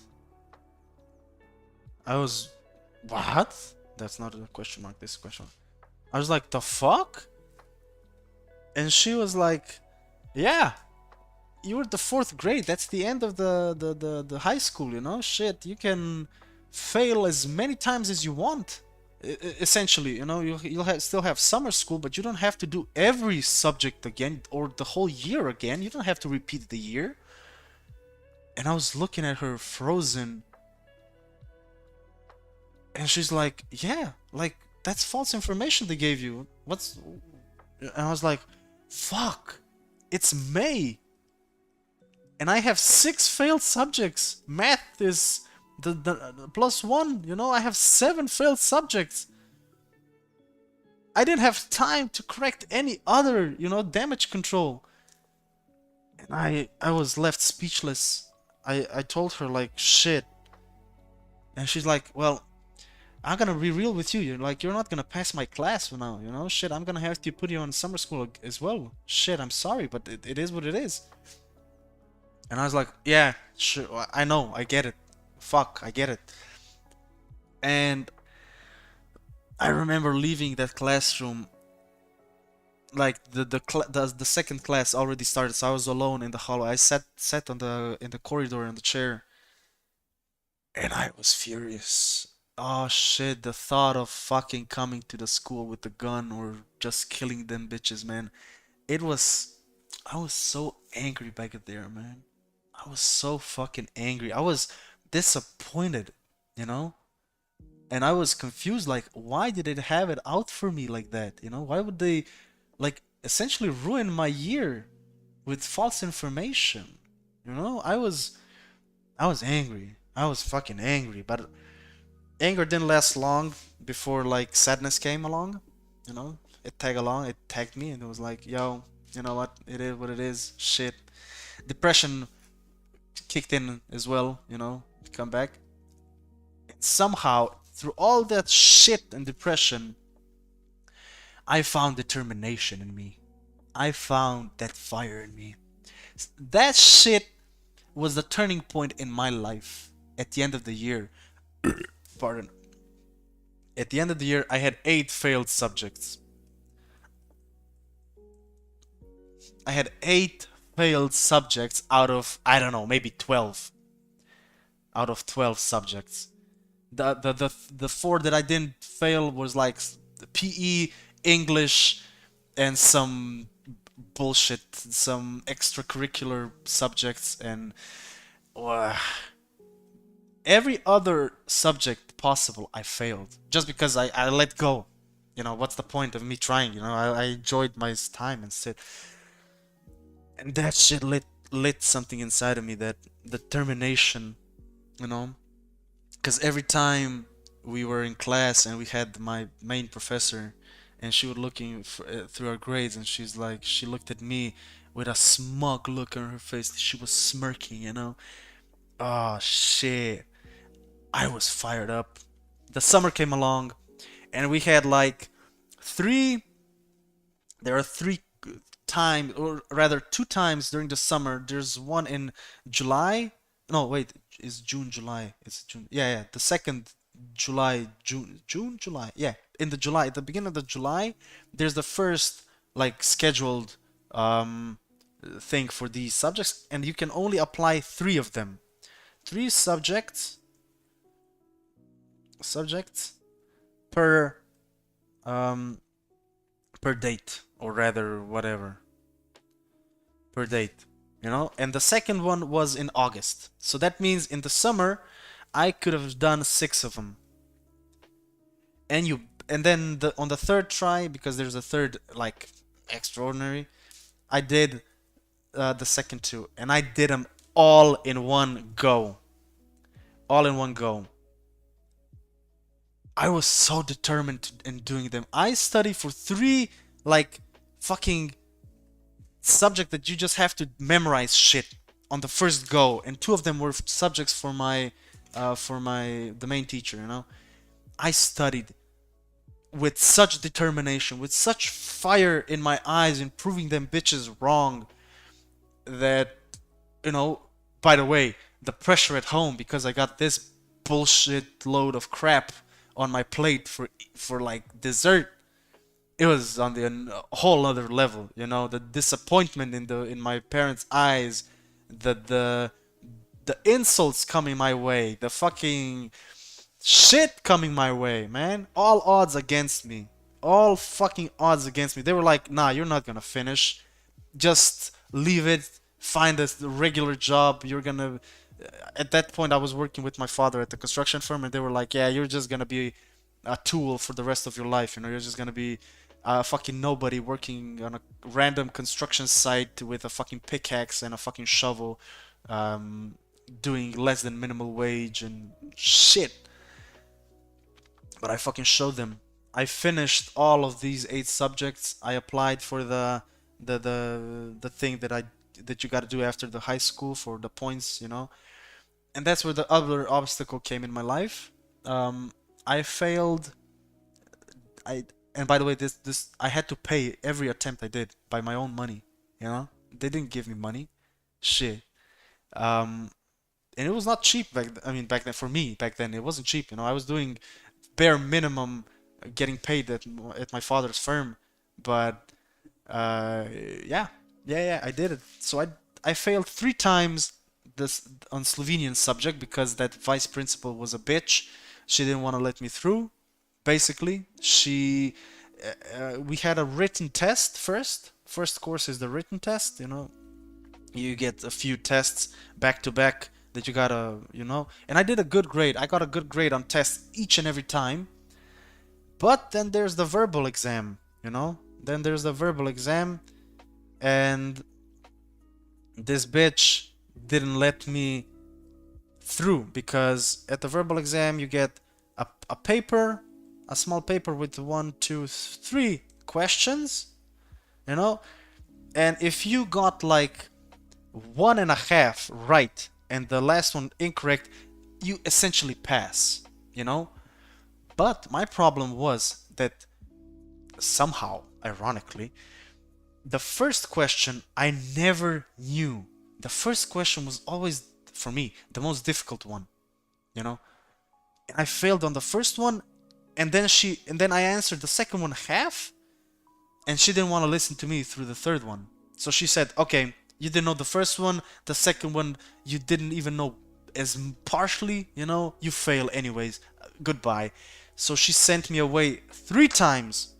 I mean, twice. The third time I did it, you know. Third time I passed, and that was I think the first time that I cried with joy and relief, you know, when I got the results back that I've passed finally after like 2 years of non on grinding and studying this bullshit, you know. So yeah, that was my high school experience, perseverance. Then came the college.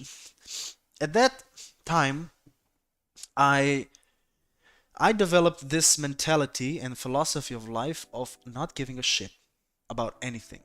I had shit all around me. Like coming from my home, I got shit. I got shit in school. I was still playing handball. I got shit on handball practices. Shit everywhere. But the the thought of not giving a fuck, you know, helped me loads. It helped me fucking get through all this bullshit. I swear to God. Giving zero fucks, having an escape, which was video games, and drawing as an escape was my recipe for success in my high school and college. So fast forward, I sat down again with my parents and I told them like I'm gonna go to an art college, or rather a graphic design college, because this is what I want. I don't want to be a fucking physiotherapist. I don't give a fuck what you want me to be. I'm gonna be what I want to be, and I want to be a fucking artist. I want to be. At that point, I was very intrigued by graphic design, you know. So I enrolled, I went to the fucking acceptance exams, and I passed, and I got like it's a paid college again, which I paid by myself. You know, shit. My brother, I mean, my father did offer to pay, but I was like, no, I don't wanna feel like if I fail that I'm just using your money. I'm gonna use my own money to motivate me to study hard and get through this bullshit, you know? Meanwhile, my brother had his college all paid through. Yeah, he's fucking snobby ass. Anyways, the first year of college was good. It was okay. I passed it. That's when I met my first girlfriend. Um, it was a weird time actually. It was a weird time. It was like before COVID. The COVID started kind of. But yeah, she was my first girlfriend for a few months, which was nice. I finally unlocked some emotions related to relationships. Yeah, which is love and affection. Before that, I was just a mm, just a one night stand guy. You know, I was out partying a lot, and I was just for the one night stands, and that's it. Yeah, first love, first actual, like, genuine love. Because when I meet girls outside, like, I don't have. This is gonna sound weird, but I don't respect you enough to give you any of my emotions because you're hooking up with a random guy that shows me zero value of yourself. So I'm just gonna enjoy what you offer me, which is your body, and that's it. I'm a bounce. You know, I don't want to shit. Fuck you. You know, I don't care about you. But she lets her not call her M. You know, M was she was cool. She was a cool chick. She was a freak in the sheets, but I loved it. I loved her. I did love her. Um, but she broke up with me after a few months. That was actually we finished college. I remember the day she broke up with me. It was the uh, 11th of I forget June, July. It was COVID 2019. Or rather, yeah, whatever. Yeah, 2019. Or was it, or yeah, COVID started 2019. Yeah, it was COVID 2019. It was a Sunday. She called me. I remember the call because I know it was Sunday because a day before that on Saturday she went to a birthday party of her friends, you know, and the next morning or next day she called me and she was like, "Yo, we need to talk," you know. She was all serious and I was like, "Talk about what?" And she's like, "Yeah, you know, talk about us." And I was like, "Okay, before you say anything, you know, shit, I understand there was a party yesterday. Did you cheat on me? You know, just so I know, shit, you know." And she's like, "No, no, no, no, no. I didn't cheat on you. This is I've been thinking about this for a few weeks now, and it's unfair, and I want to talk to you um, in person. You know, she was far away. She was like an hour and a half away from me. She was living um, in the top of the chicken head, which is Slovenia. Like Ljubljana is here, and she was like living in a village right there. Um, and it's an hour and a half drive, or even more. Um, shit. And I was like, okay, sure. When are you coming to Ljubljana? She's like, yeah, I'm gonna come there on Thursday. Oh, ha. By the way, yeah. I forgot about this part. Um, that week we haven't seen each other for a few weeks, or rather a month, because they canceled all the buses and trains. She doesn't have a driver's license, neither did I. But they canceled like moving from city to city just because of COVID, and they closed back the buses and trains and shit. But they were about to lift it on Monday, the day after, and she had an exam on on Thursday, of course, on Thursday, and she said, "I'm gonna come on Monday, so we can be together." And I planned out the whole week to Thursday, so we can maximize the whole week. I planned activities, dates, everything was planned, and I was super excited to see her. And then on Sunday, she called me and drops that bomb on me. And um, by the way, while I was in a relationship with her, the depression didn't fade away. It was still there. It was present. It was just lingering in the background. It's important information in a few minutes again. So she said like, yeah, I'm gonna come now on Wednesday, and I was like, yeah, sure, whatever. And I went to her place on Wednesday, you know, and she was crying, and I was just straight faced. I just came there and I was like, I remember, I have a vivid memory. I have almost like photographic memory of the long-term memory. Not the short-term memory is fucked. The long-term memory is fucking great. And I remember all of her layout of her room actually. And her room was like this. She had a desk, a small desk, and a chair where we had our condoms parked. The condoms were right here. This was the wall, whatever. I mean, the room. There was a window. This was the bed. There was another bed here because she had a room, yeah. And then there was her closet for outfits, you know. And she was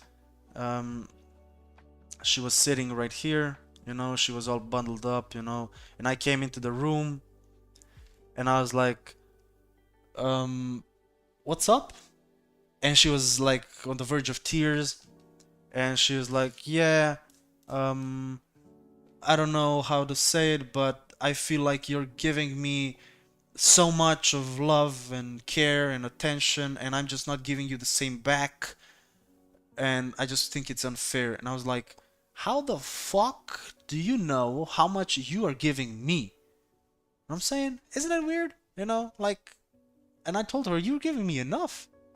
I'm happy. If I wasn't happy with you giving me the amount of love you're giving me, I'd say something. I'd break up with you. Holy fuck. Or I'd say like, girl, could you like maybe give me more attention or affection or something? You know, I was getting plenty.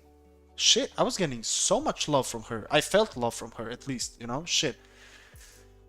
And she's like, yeah, but I'm still feeling this way and I think it's unfair. You're such a great guy. I don't know if I'm going to ever find a great guy like you again. And I was like, if I'm such a great guy, like, why are you breaking up with me then? What? Your logic is not logicking, girl. The fuck? And I was still focused. Like, if I'm such a great guy and I'm treating you right, why the fuck would you toss me away and like drive me away? Like what? Like what? If I met the perfect woman today and she's like everything to me, I will never let her go. You know what I'm saying? That's what I thought about her and my ex right now. I thought it was the one, and I was giving her the world. Shit. So after this conversation, being I clicked back to my old ways, the manipulative one night stand ways, and I sat next to her, and I was like, why don't we fuck for the last time, you know? Or at least kiss, you know? Why not? Why should I get some, some kisses before we part ways? And she was hesitant, but she didn't give it to me, you know? Shit, I was persistent. Shit, I was persistent. You know? But nothing happened. Then I was like, okay, sure, chill.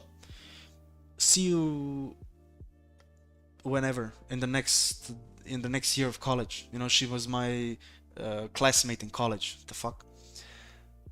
I remember the ride home back. I was hurt.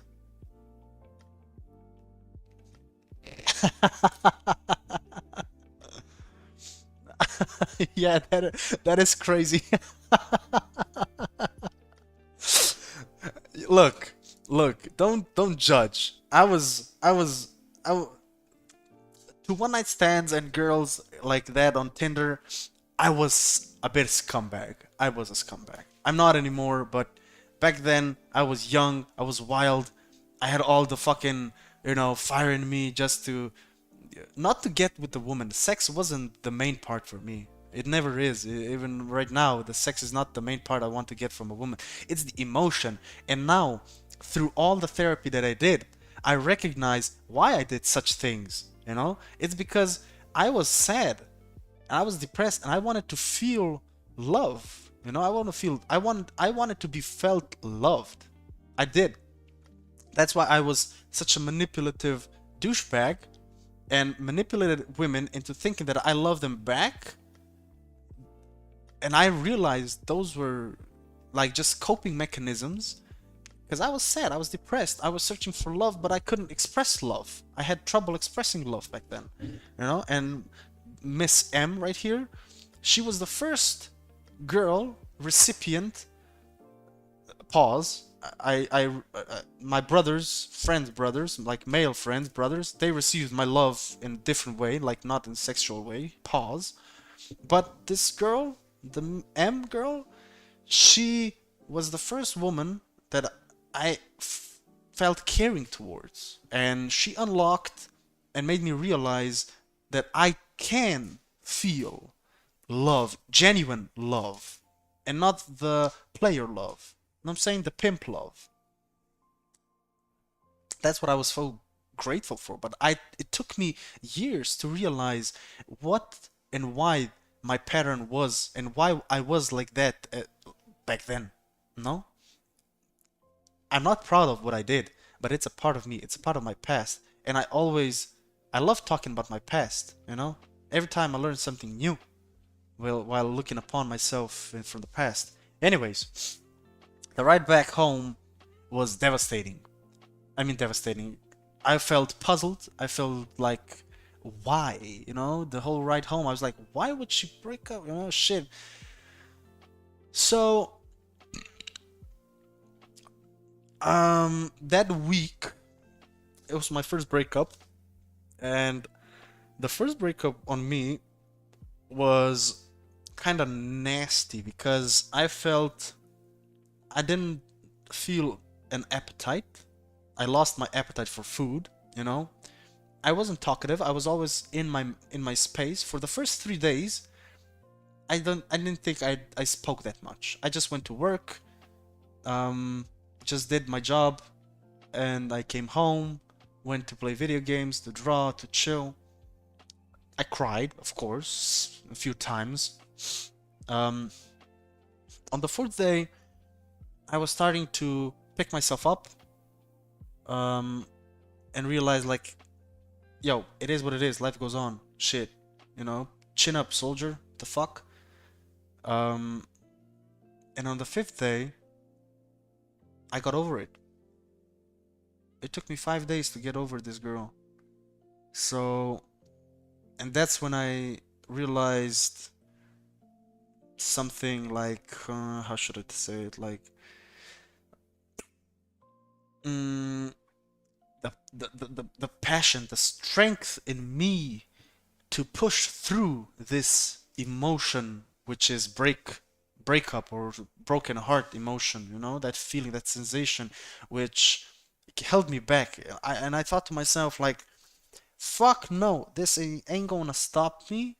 You know, I'm gonna do what I do best, even though I was severely depressed at that time. I was severely depressed. I don't sound depressed, but I'm just like pushing down on this emotion because this breakup triggered something in me in doing better for myself. You know, not to succumb to sadness. So after the 5 days, on the sixth day, I started working out even more, and I started doing better. I got back to my routine. You know, I just got back to my life, and I started to think about my depression a lot more after that. You know, because love kind of like it put my depression on the side. Yeah, that's what my psychiatrist also said. Like when I told her that it took me 5 days to fully get over this person, you know, to forget everything about her shit. Um, so yeah, after that, my depression spiraled for some reason. It spiraled out of control. Like I felt, even though I was working out constantly, I was doing street workouts back then. Working out, I was partying.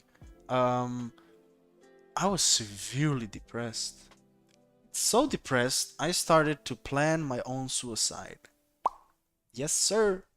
Papi Sucre almost went through with his suicide.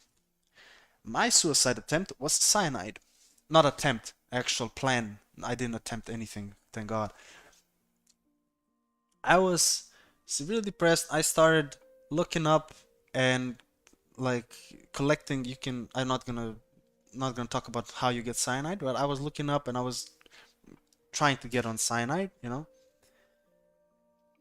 And then one evening, you know, while looking up this bullshit and writing notes about this bullshit, I stopped. And I always have, I still have this little mirror. It's like a trinket, it's a reminder. I have it in my box. I still haven't, I mean, I see it right now. Wait, I'm gonna pick it up, okay? Just a second. It's in this box.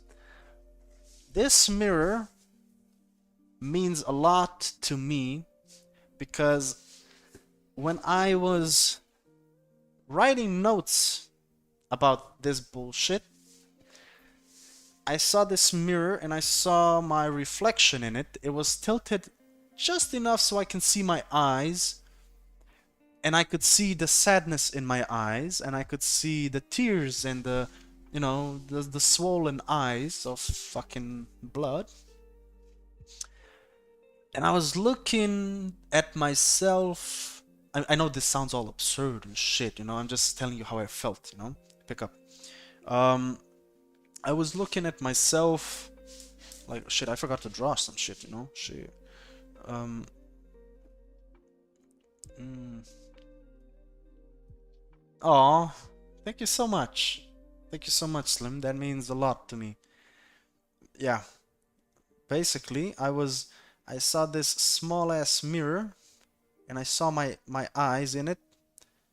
I saw the reflection, and I thought I didn't recognize myself, you know?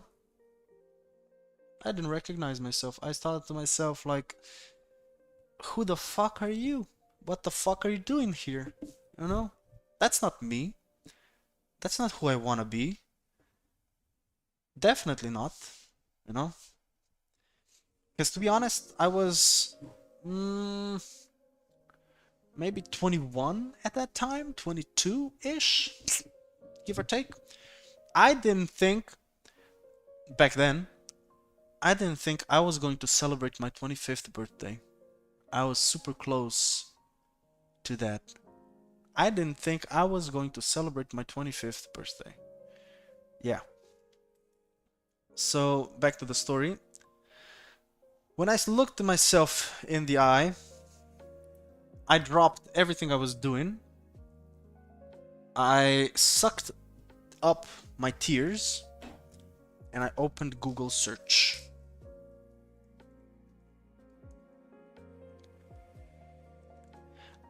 I opened Google search engine and you know what I googled? I googled psychiatrist.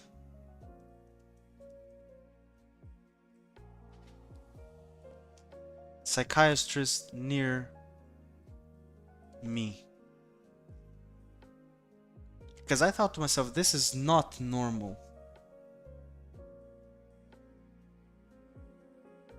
Thank you so much for the nice words, people. Thank you so much.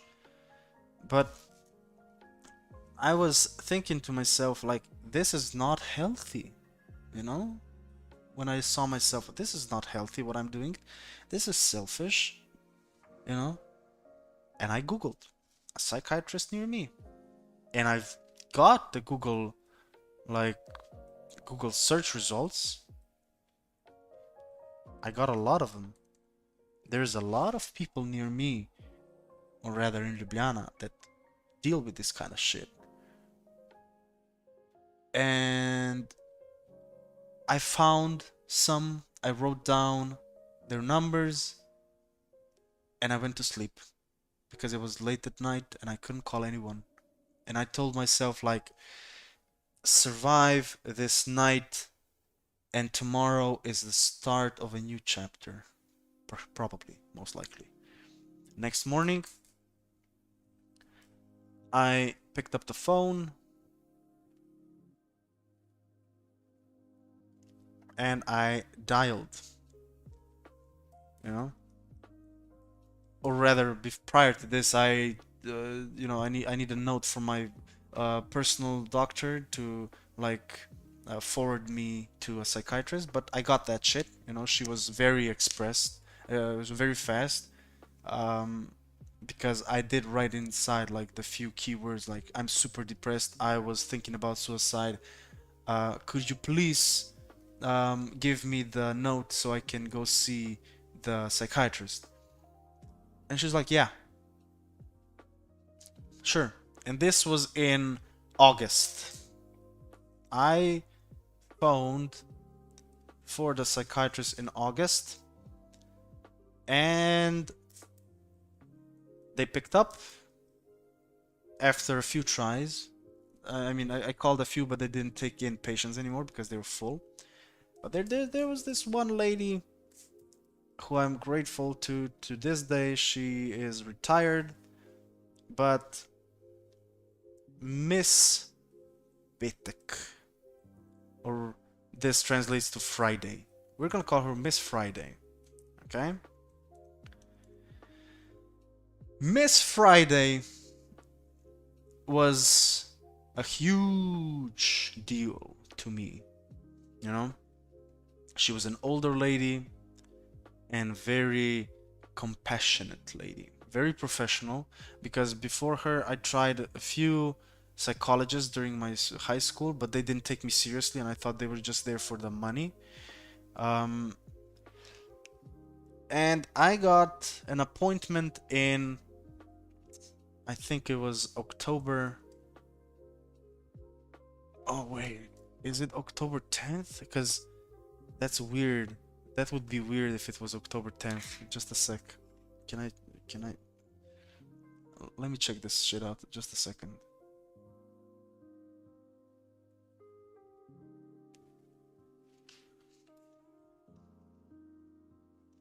Just a sec. Uh,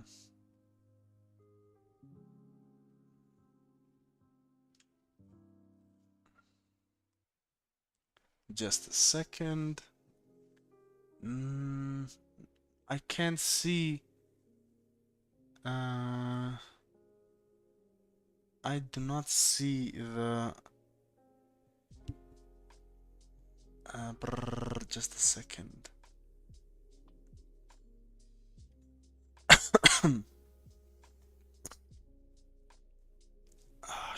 Wait. Just a sec. Let me just check something real quick.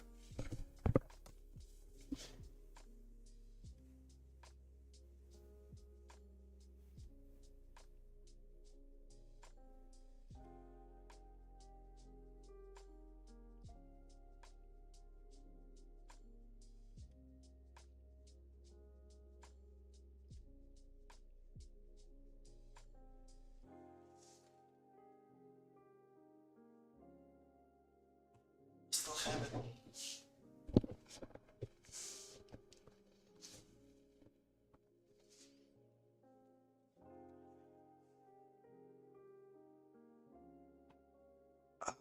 Shit. Oh shit. Oh shit, I might get emotional, man. I need a second, okay?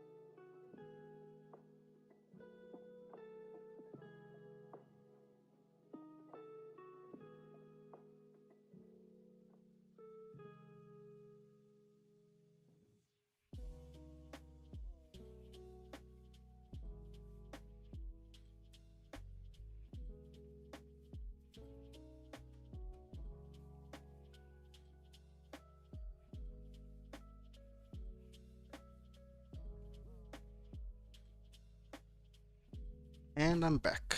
I apologize for that. I just realized that the first time that that I went to my psychiatrist, which was, I think it was the 10th of October, and that's the same year, same date last year that my father passed away. So the connection of those two made me a lot, made me feel emotional.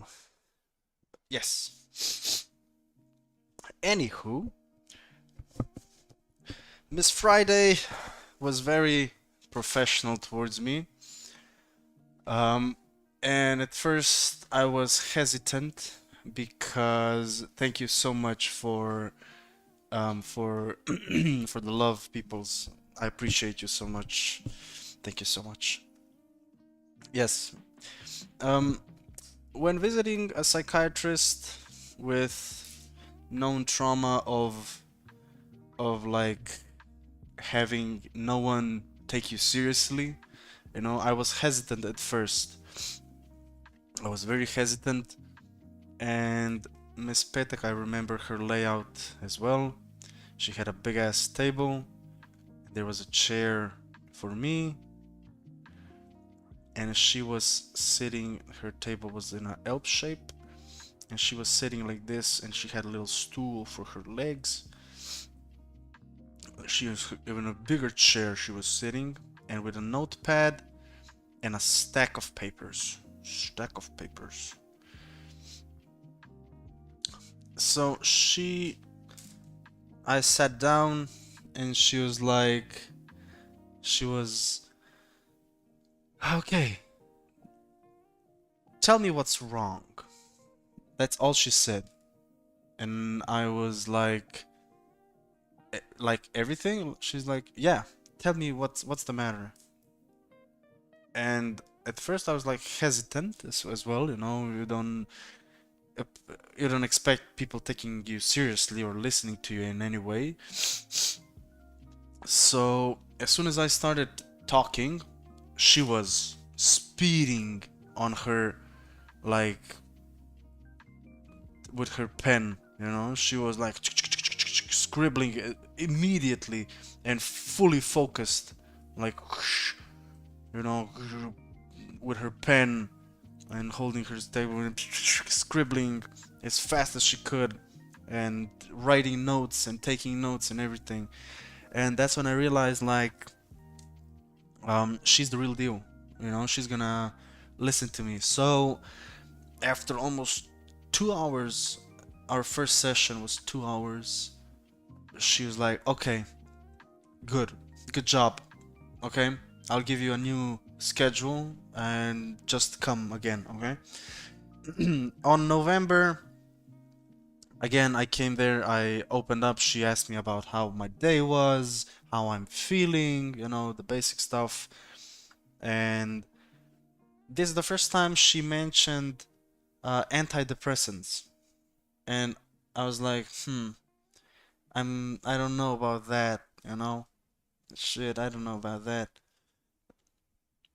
And she's like, okay, think about it. Okay, think about it. So I thought about it, and we didn't mention it until January.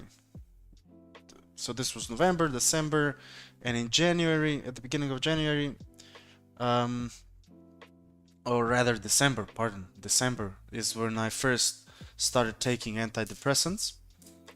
They weren't strong ones, they were light ones. They were just like mood stabilizers that work after like 3-4 months. Of course, you'll see differences. That's the misconception people have. Like, if you're depressed, I'll take antidepressants and I'll be good. No, no, that's not the case. You gotta put in the work. Antidepressants are only as a crutch for you so you can start walking. Okay, remember that. If you are depressed, don't count on antidepressants of making you feel better, because they won't.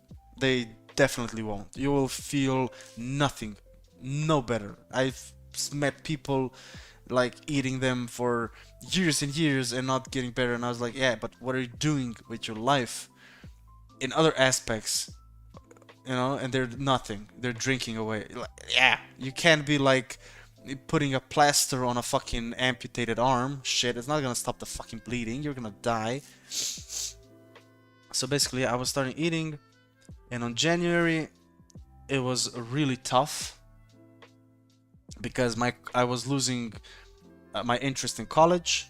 In the second year, I was falling behind on assignments, just tossing it away.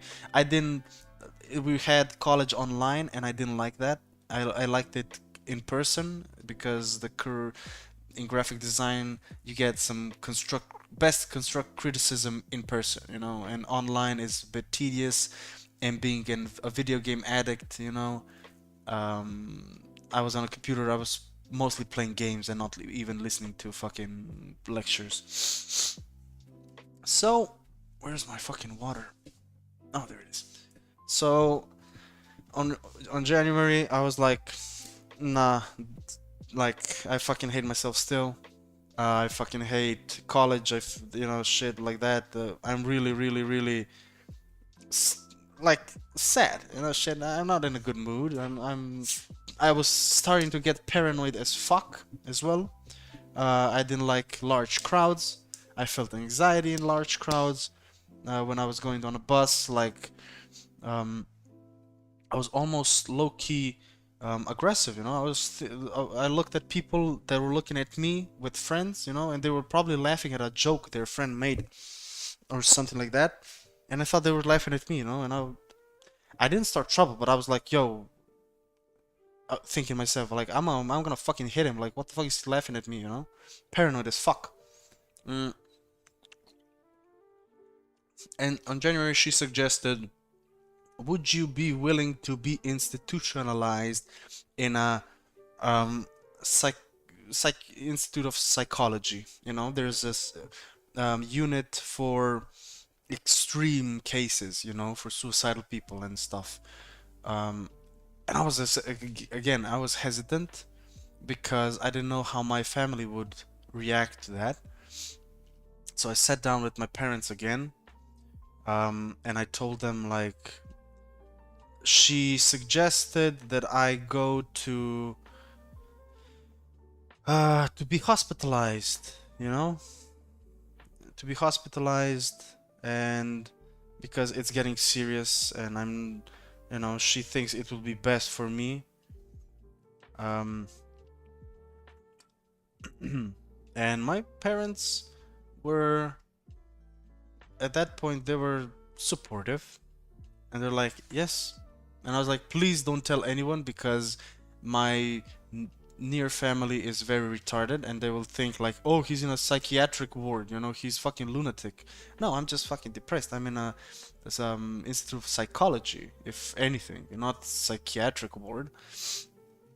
So we kept it quiet. It was just between us. Um, and yeah, February came along and I was institutionalized for 10 days.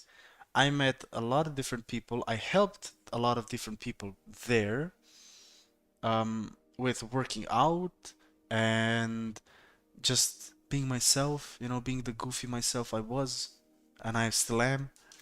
Um, and after that, that was also um, very crucial part in my life. Like I saw a side of my parents that I haven't seen before.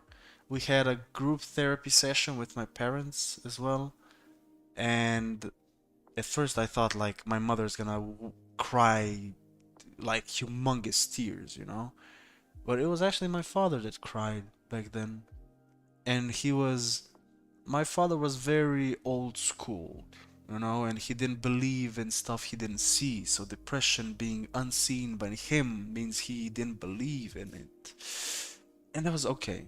And I never held it against him, you know, I never, um, you know, had a grudge because of that on him, shit. But at the end of it, he was like when they left me because it was still COVID, they couldn't linger a long time. He was like, I didn't know it was that bad, you know, because I told them like at the because the the therapist was very good. Um, and in the therapy, I was honest and I was like, yo, like, I'm hurt every time you speak about me, you speak ill of me, and it fucking hurts. And it brought me to a point where I was prepared to take my own life, you know, because I didn't feel no love from you. And when he exited, he had this look on his face, I'll never forget it, like holding back the tears, but his voice cracking. And he apologized and he said he will try and understand me in the future. That lasted about a week. I'm grateful for that week. He understood me and then went back to his old ways. Okay. Um, and yeah, back then I had a vision, I guess, for becoming a butcher.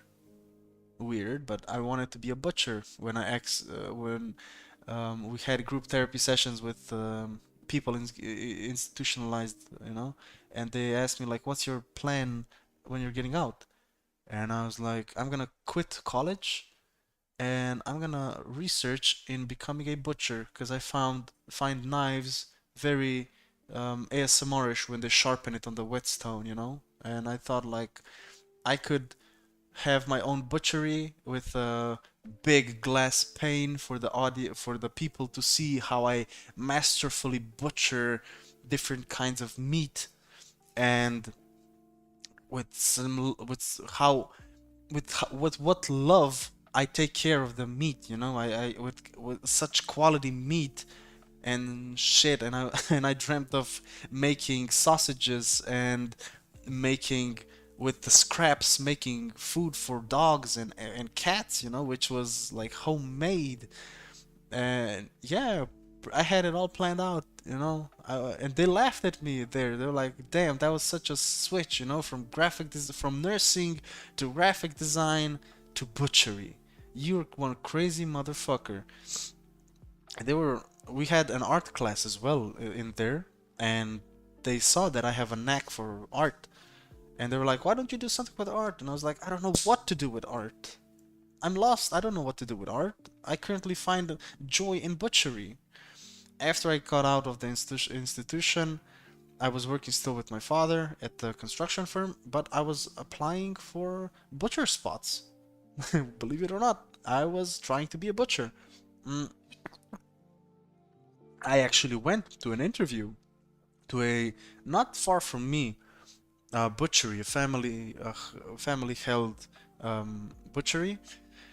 Um, they did mislead me in the job title and description, and they said like you didn't need to have the butchery school and didn't need experience because we will teach you. And I was like, this is a golden opportunity, and I applied, and I got there, and I stood for the interview, and she was like, "So you have zero experience in butchery?" And I was like, "Yeah." "And you don't have school in butchery?" I was like, "Yeah, I have a nursing degree." And she was confused, like, "Why butchery?" And I was like, I'm intrigued by it."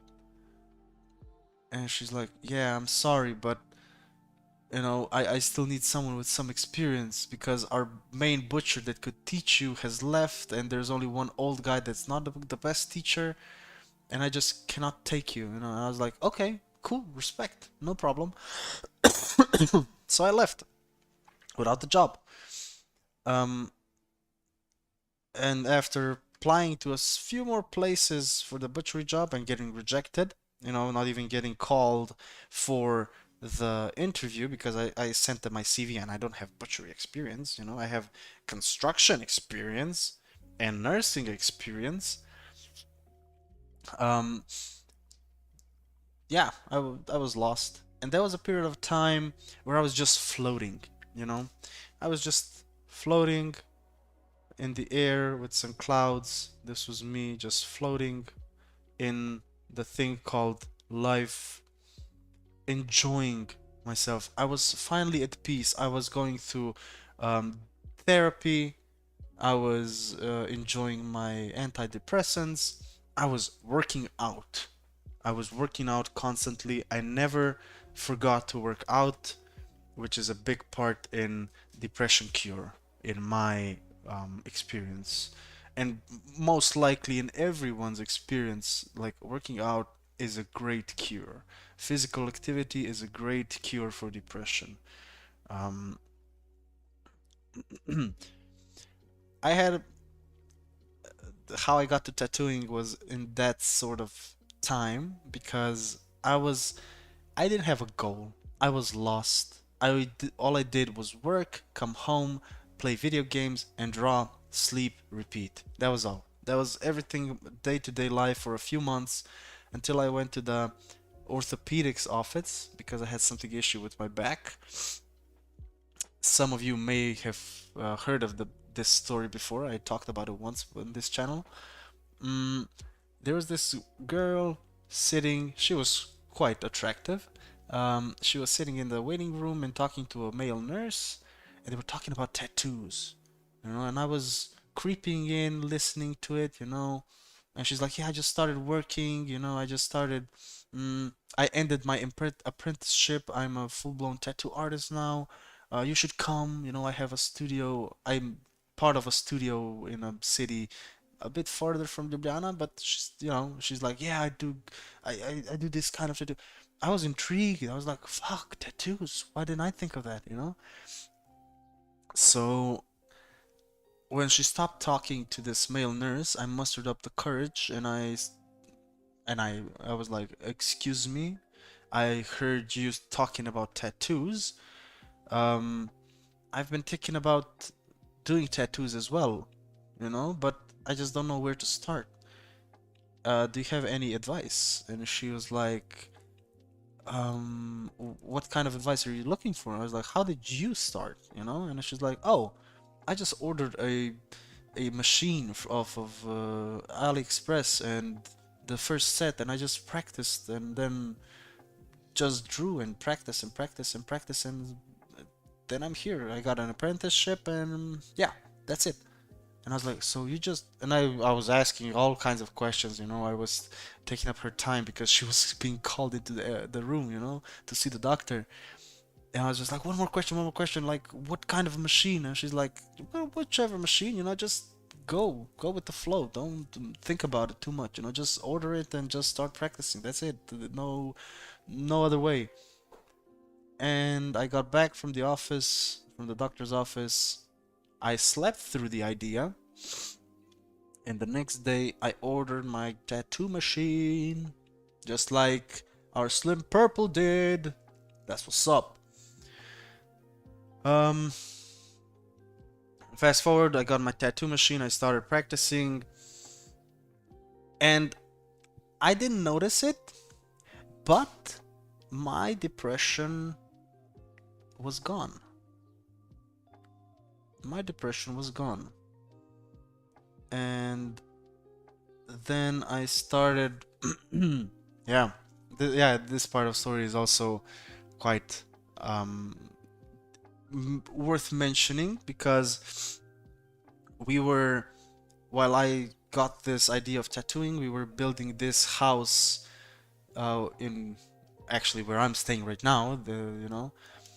And we were on a tight schedule of finishing because we had um, we had reserved, or rather, my father and mother had a reservation for a vacation, and on the 15th of July, yeah, and it was already the end of June, and we had to patch up some like customers, some projects for the customers, and put on the roof for this house because in case of rain, so it doesn't wet the fucking walls and the wood and stuff. So we were on a tight schedule, and that's when we noticed something going on with my father.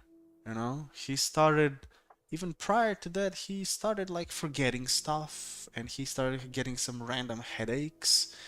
Um, he was confused most of the time. My father was never confused. He was a very, very strong individual. He was never confused. He never got stuff mixed up, disciplined as fuck. But he was, and we thought it was stress. You know, he was overworked, he was stressed, he had like two different projects open, he had to put a roof on this house. Stress, stress, stress, until he started like wobbling. And he started, while he was walking, we noticed that he was being pulled um pulled to the right side, you know? He was like walking like a drunk man, you know? Um, just a second. Mm. I'm just replying. Just a sec.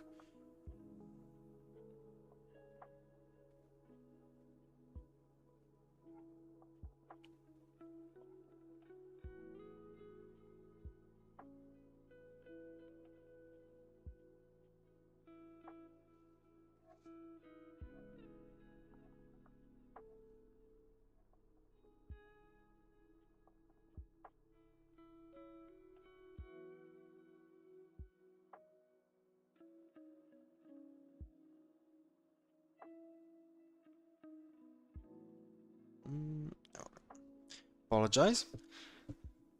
Yeah, we noticed my father was a bit wobbly when he was walking, you know, and that triggered my alarm, my medical alarm in my head. Um, and I told my mother like because he had a headache, you know, his head was hurting, he didn't have a headache like ever. And that's what scared us the most because he was the person with the thinnest like uh, what's it called, with the thinnest folder at the doctor's office. You know, his folder was so thin, like it was practically non-existent. He was never ill. That's what I'm trying to get at, you know. And the sudden headaches and the little, you know, unbalanced walks, it triggered some alarms in us, you know. And I told my mother like, okay, I get that it might be stress, but and overwork, but he wouldn't be wobbling because of the stress, you know? And I told her, let's get him to the office because his inner ear might be damaged because you have your equilibrium part, like the center for um, uh, the balance center is in your ear, you know, deep inside. And I thought maybe, just maybe, um, something's wrong with his balance center, you know?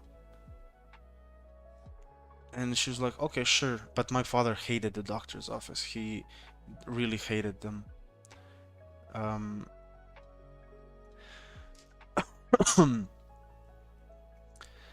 so he went to the doctor's office, and our main doctor was being, if I don't look acting chase because I can't type no not here. It's okay. Don't worry. I know this is not the time. I mean, there's nothing to be active about. You're just listening, you know. And I appreciate you listening to my story and being invested in it, you know. It's a story about me, you know, to get to know me better and where I come from and what I stand for. Um, yes. So he went to the doctors and they told him, I specifically told my father, like, go and tell them, like, what is wrong with you, like, tell them your symptoms, and tell them to look at your ear so they can see if there's, like, some, you know, infection or some shit, whatever. So he went there. Our main doctor was on vacation, so this young new doctor was taking a look at my father, and she looked. she He told her all of the symptoms. I wasn't there, but I believe on his word, you know. He told her all his symptoms and what's wrong with his ear, and she looked in his ear, and she said, "Your ear is just blocked with earwax." Which is strange. When he told me that, I was like, that's impossible. Because if it was clogged, that much that it would disorient you or and like inflict physical pain to your head and give you balance problems, I could see this motherfucking earwax from a fucking airplane. Come on. Don't fuck with me. That's common knowledge, you know? Shit. Logic.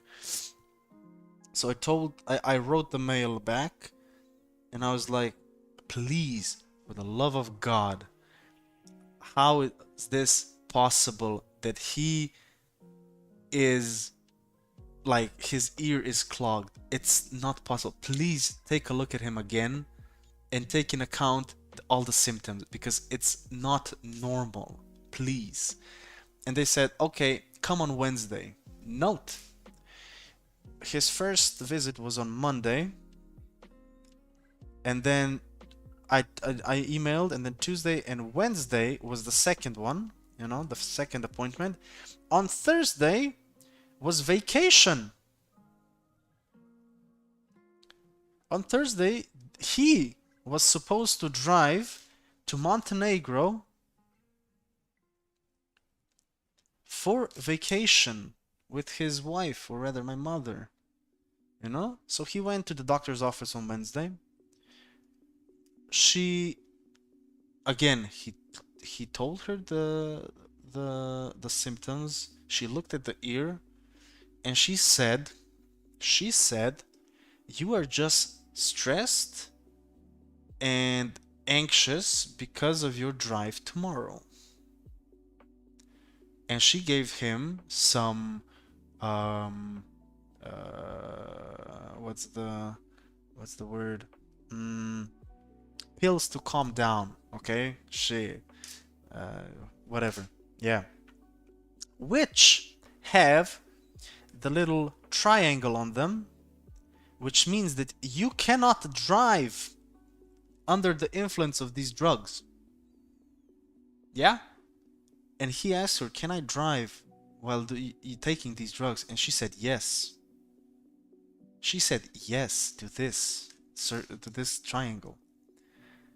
He came home. He told me what happened.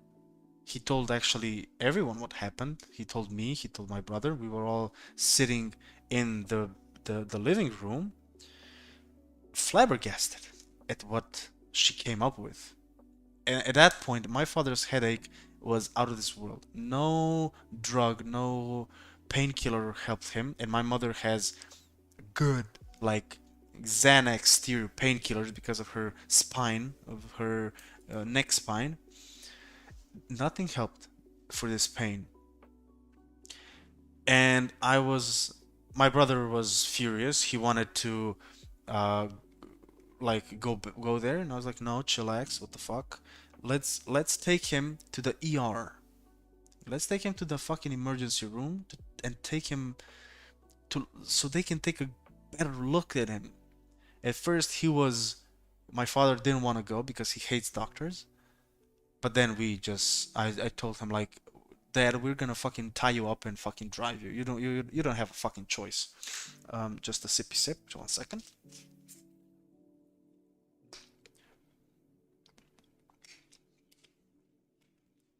So I wasn't part of that drive, or rather that excursion to the ER. Um, but it was funny because there was this doctor there, experienced doctor in the ER. When he told her his symptoms, she was like, yeah, okay, do this for me. And she told him, extend your arm, you know, and he extended his arm. This was his arm. A little wonky, but this is his arm and his palm. Extend your arm and touch your nose with your index finger. And he tried and he missed.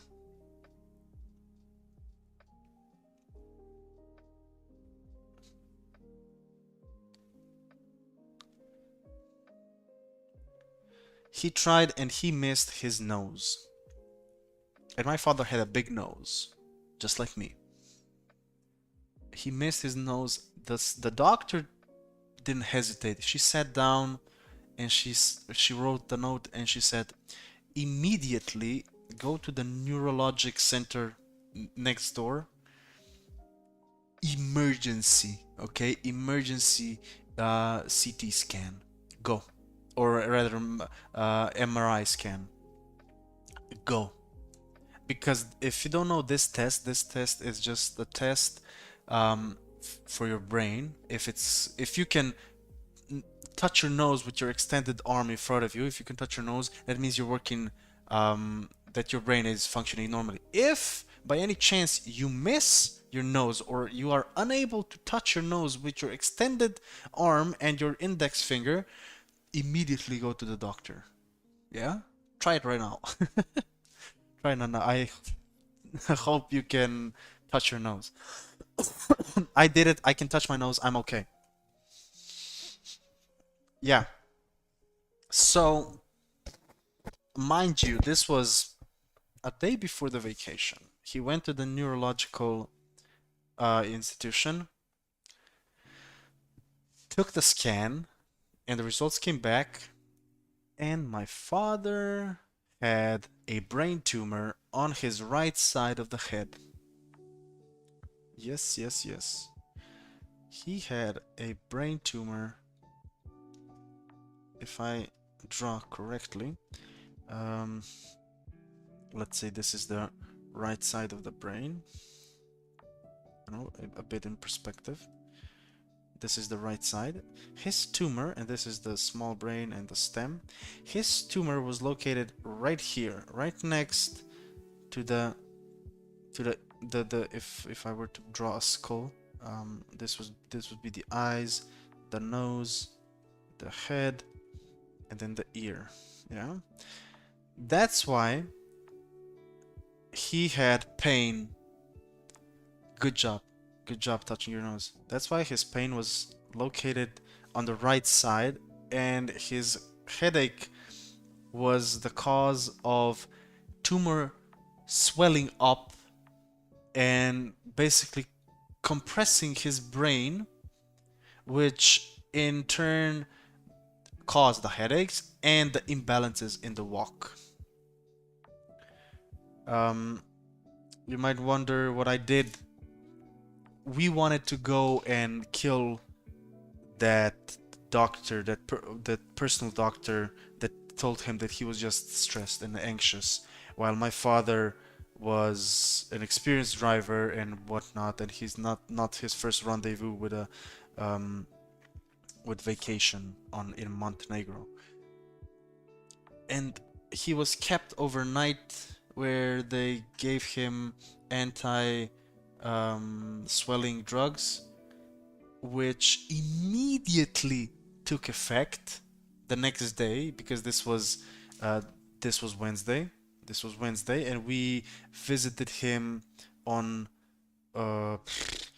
because it was COVID. It was we couldn't visit him immediately. Shit, it was closed. But I think we visited him on Saturday. Yes, and he was completely normal. He even lost his stutter because he was stuttering. It was so bad he started to stutter. He lost his stutter. He he can walk perfectly normal.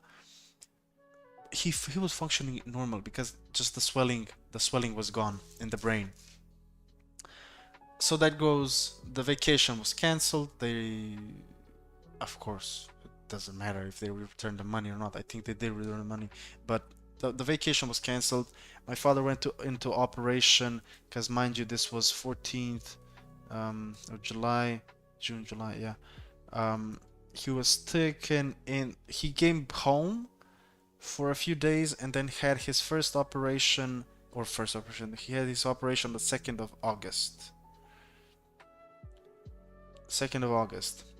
That's important because prior to this knowledge of the tumor, I was in a contact with a very popular tattoo artist in Ljubljana because at that point I was walking door to door trying to find an apprenticeship. Um, which, spoiler, I didn't.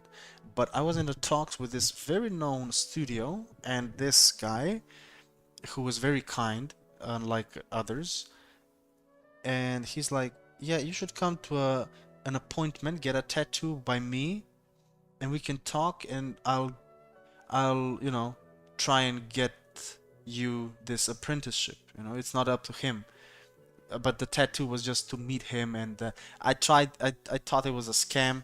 He just wanted a tattoo and take my money, but I was willing to risk it. Fuck it, no problem. But this happened, and I ghosted that guy. I ghosted him. I ghosted him, which I do not regret because family comes first. It doesn't matter at this point. Nothing matters. Just my family. It was a big shock. I had to be strong for my mother. Um, so yeah, I ghosted the tattoo artist, and then the battle begun. The tumor was cancerous. It was glioblastoma.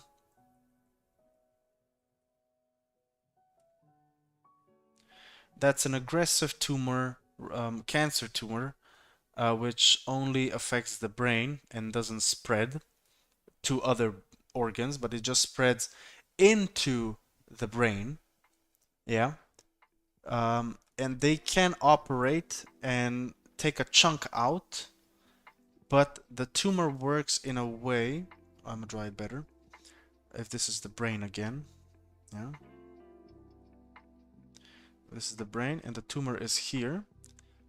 They can, like, extract this part, yeah, leave a hole, but the tumor, it spreads roots, so it goes through the brain slowly but surely. It's very aggressive.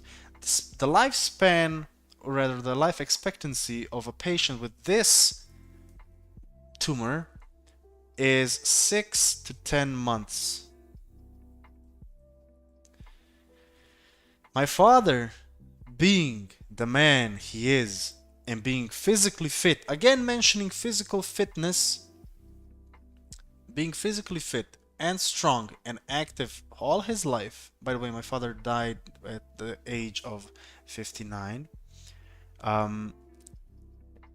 month, or rather a few days, no, it was a month and a few days before turning 60. But I want to say my father lived with the diagnosis with the help, not to discredit my mother, who took care of him day and night. Every need, every doctor appointment, everything was her doing. Mama Sucre is the real hero in this story, okay? But she kept him alive and well for 2 years.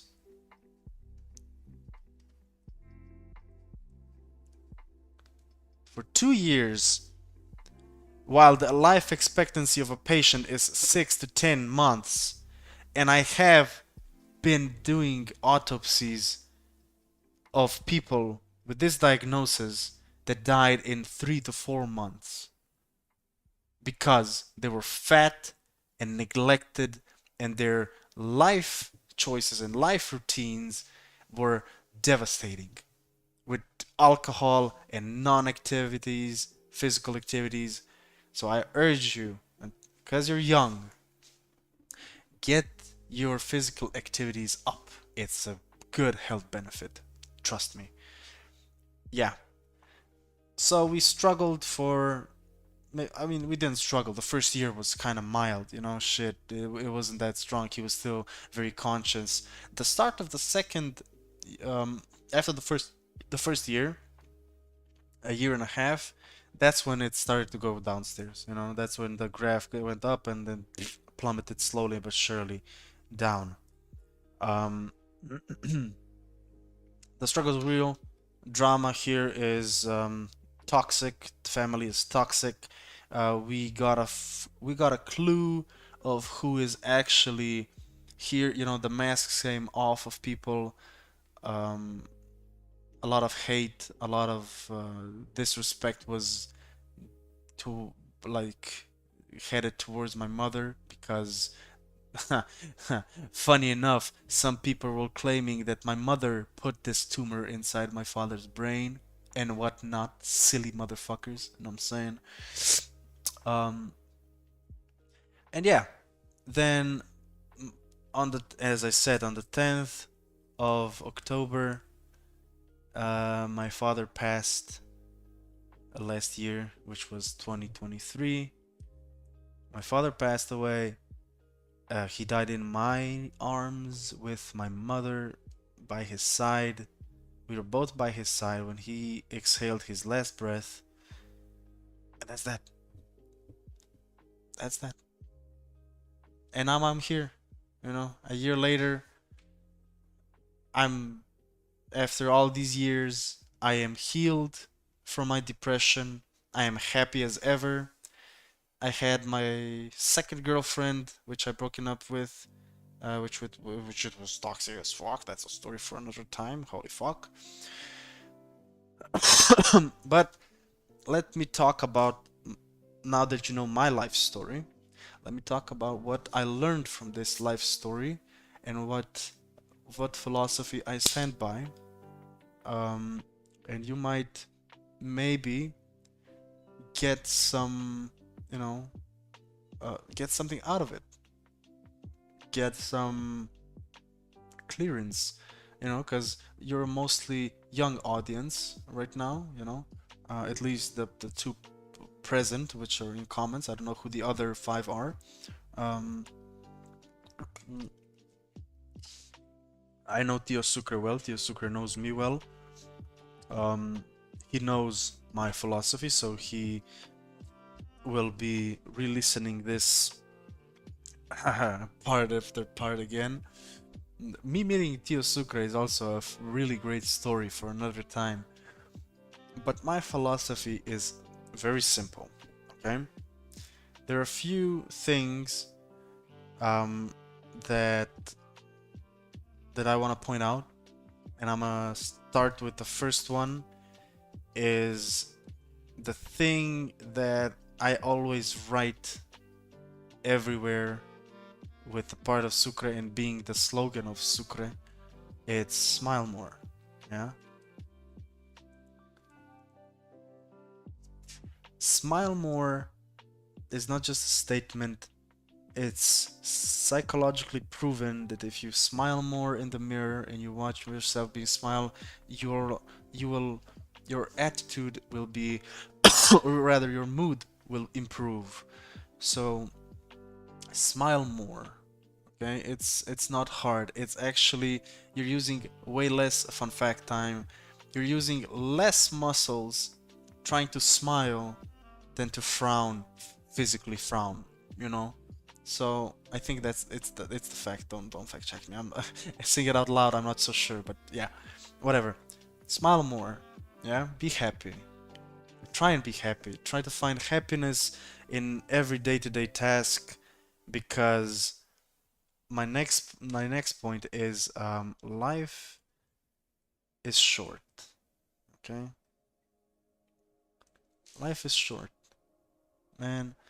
Life passes by um really quick. I remember like a lot of stuff, even going back this memory lane with you today. This stuff all happened 7 years ago, in the time span to now. Like I told you, the last 7 years, the last maybe 15 years, but it all happened so fast. It's so fast, man. Next thing I want to touch and tell you that um,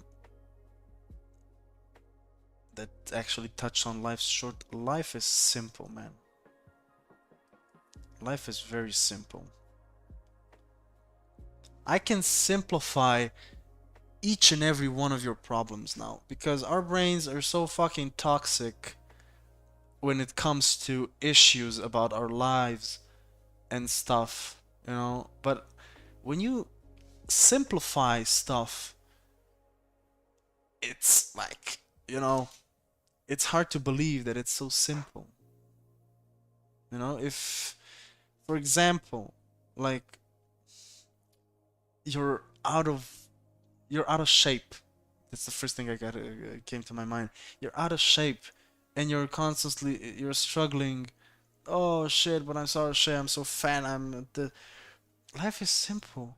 Just work out, you know. And then the excuses come. Yeah, but I don't know how to. We live in the 21st century. You're one Google search away to knowing everything about anything, you know? There's no excuses. Life is simple, man. Just go for it. Uh, what else do I stand for? Oh, think about money. I love money.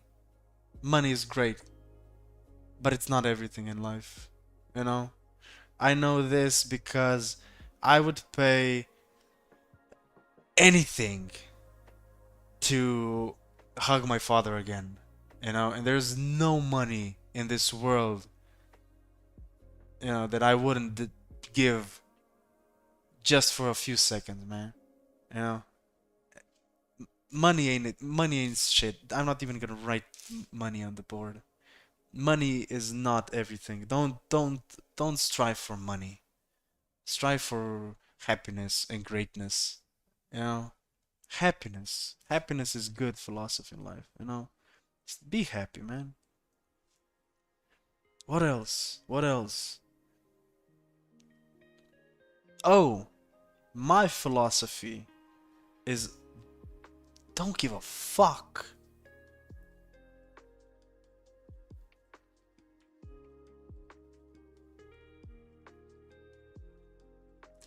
Just don't give a fuck, man. You know? Like starting something. And the main thing that even I've struggled with was judgment from peers and judgment from my family. When I wanted to draw and wanted to be an artist and wanted to be whatever, and I was so focused on their opinion and their thoughts and bullshit that once I learned to not give a fuck about what anyone thinks and I started believing myself, that's when life became easy, man. You want to do something, just do it. Go for it. You know? Like Slim, for example, man. We had a lovely talk one of the streams when it was just the two of us, man, and she told me like, yeah, I'm a bit lost, you know. She wants that tattoo, and I told her just order the tattoo gun. It's not gonna fucking ruin you. Shit. It's not gonna ruin you financially. It's like 50 euros, man, for a whole set. And she did it. She did it. You got nothing to lose. On that note, there's brings me another point. Like, it's never too late, guys. It's believe it or not, it's never too late for anything. It's never too late. Time doesn't exist. Time is made up. You know, we all focused on the structures of society telling us when and where and what to be when in life. You know, you gotta finish elementary school this at this time. You gotta finish high school and start college at this time. You gotta finish. You gotta get your driving license at this time. You know, or else you'll be an outcast of society. Um, you're welcome. I feel honored to be of such an influence to you in a good way, Slim. Um, I want to say, like, I'm the subject of an outcast, of not being on time for shit, For example, I didn't finish high school on time. I got held back a year with my transfer. I didn't finish my high school in time. I did it 2 years later. I didn't start college at the right time. I started it even a year after after I finished high school. You know, I didn't get my driver's license when I was 18 years old, and I was always ridiculed about that. I got my driving license last year. You know, it doesn't matter. What?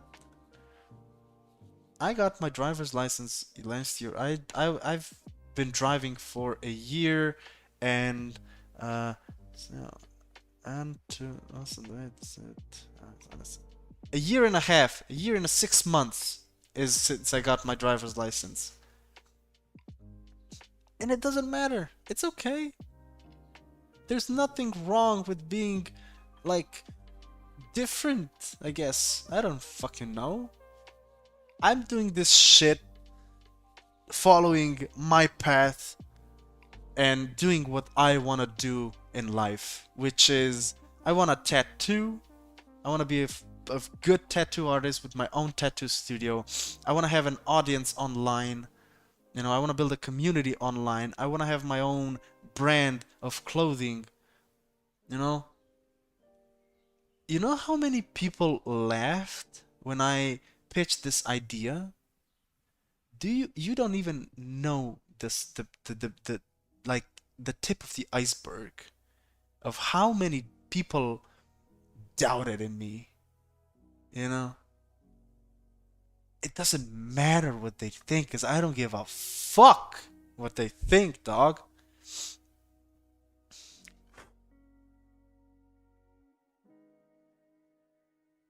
Just a sec.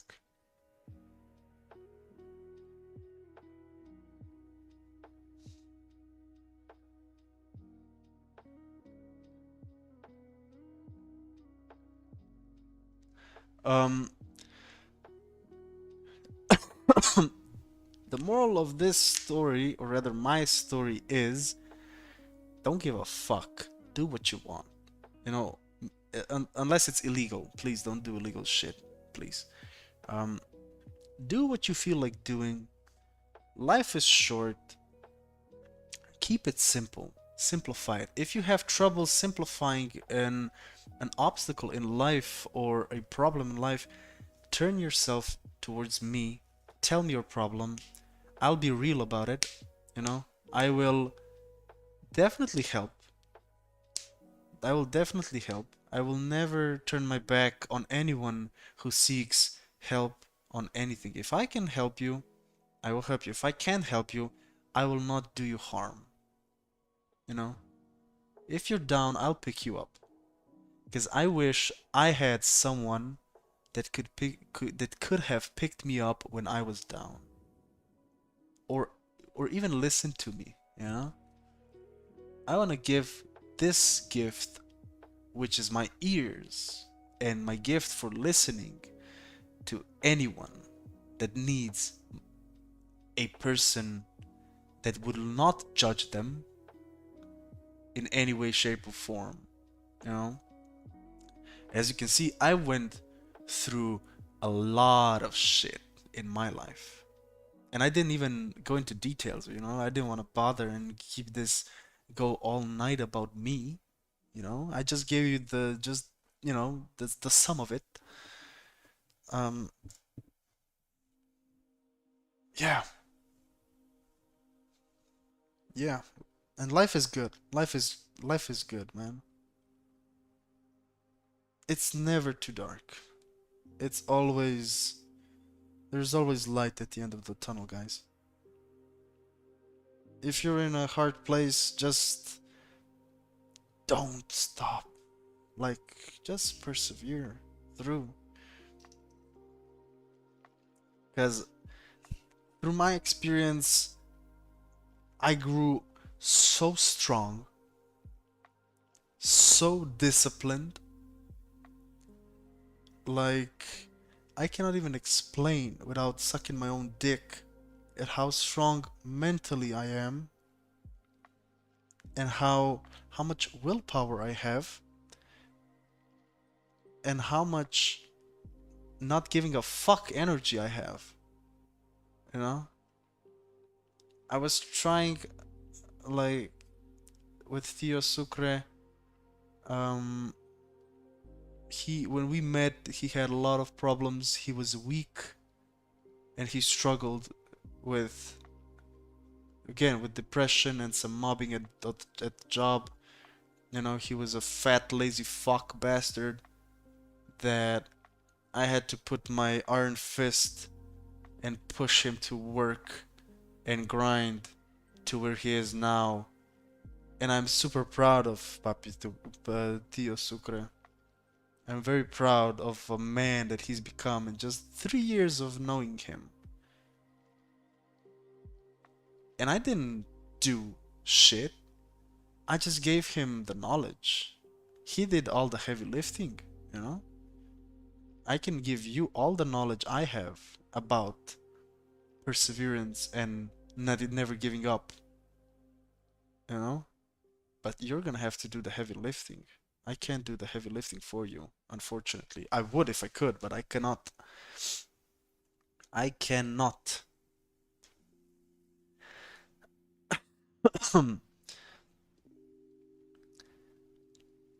Yes. I'm trying to think if there's anything else I want to add to this motivational pep talk, TED talk actually. Yeah. Let me just take a sippy sip. Tia Sucre, his story is amazing. He is always like, Tia Sucre is a very, very good person. You know, he's probably asleep right now, because he's not answering. He's probably asleep because today I fucked him up in the gym. Mm. But life is hard. Life is hard. And if you want something in life, you're gonna have to work for it. That's the truth. That's the reality. You know, there's no excuses. I found that um, the best way to um, uh, how do I say it? The best mainstream philosophy that can um, come close to my way of thinking is Stoicism. You know, I'm not talking to you as a like a stoic, an alpha male, but um, I do not appreciate a weak mindset in people who are consciously making a victim out of themselves. Uh, and Tio Sucre was one of them.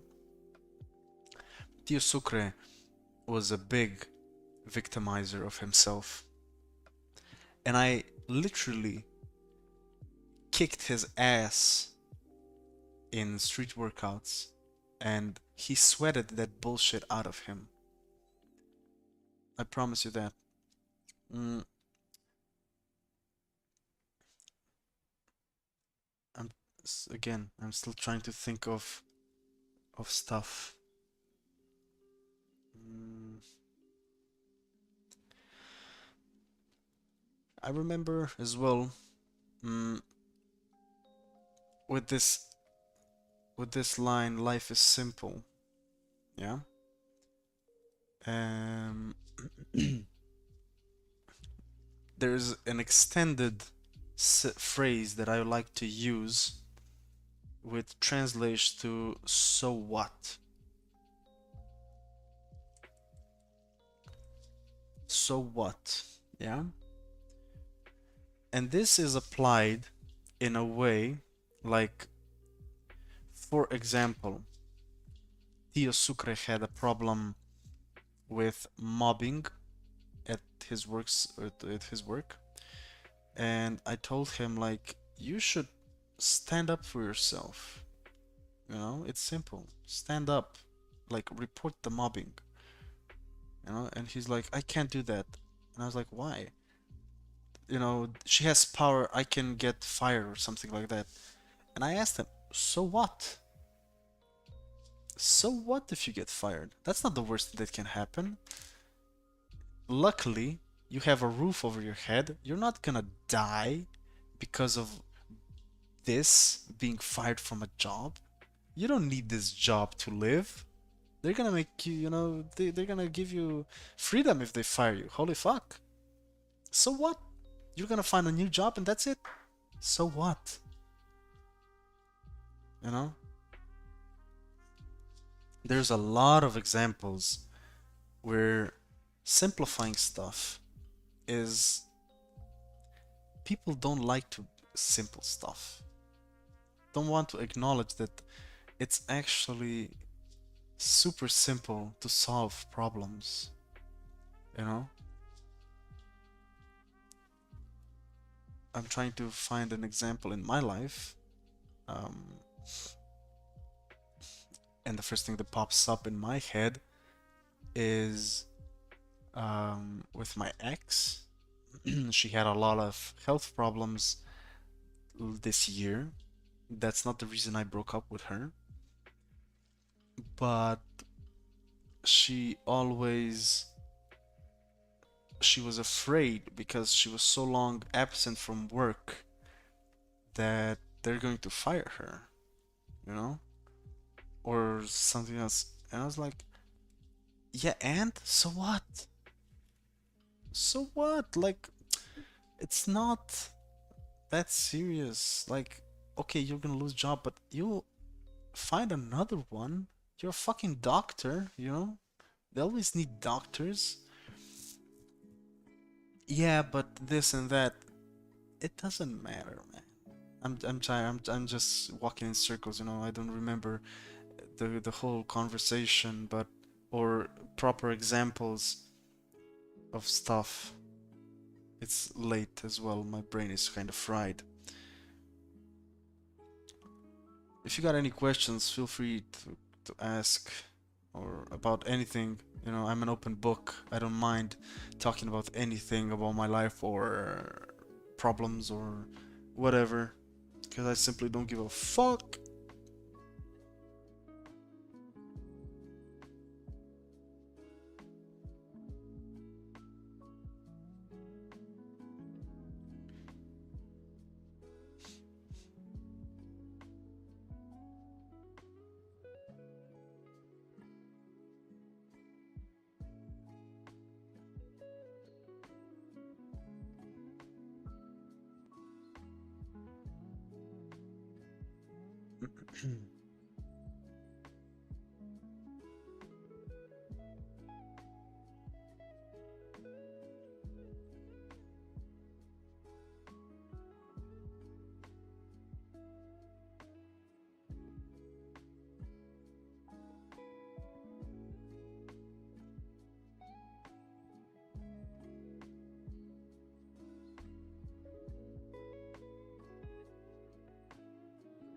Tio is back.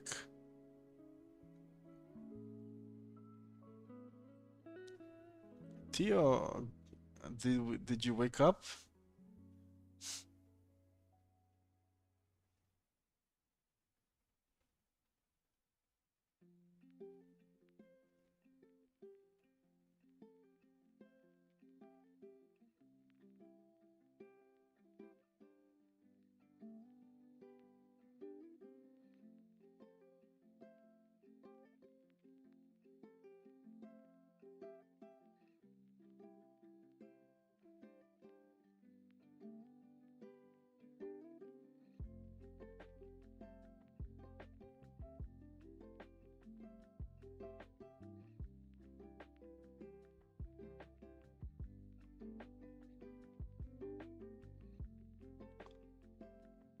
Yes, I told you, Tio was asleep. You want to think like me? I will gladly. Well, there's so many streams to be streamed and so many videos to be made where I can talk about it. You can get an inside look into my thinking, and maybe one day, like, maybe Tio and I can both be on stream and talk about his perspective in his change in lifestyle, which is pretty inspiring as well, you know?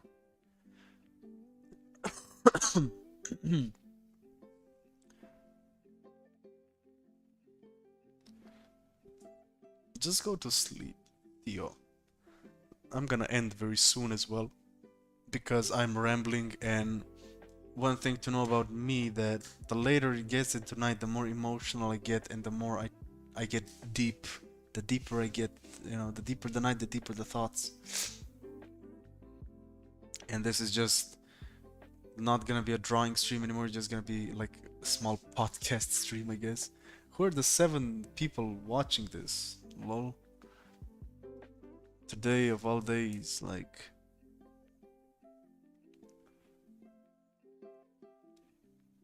We love you too, Tio. Go to bed. Go sleep.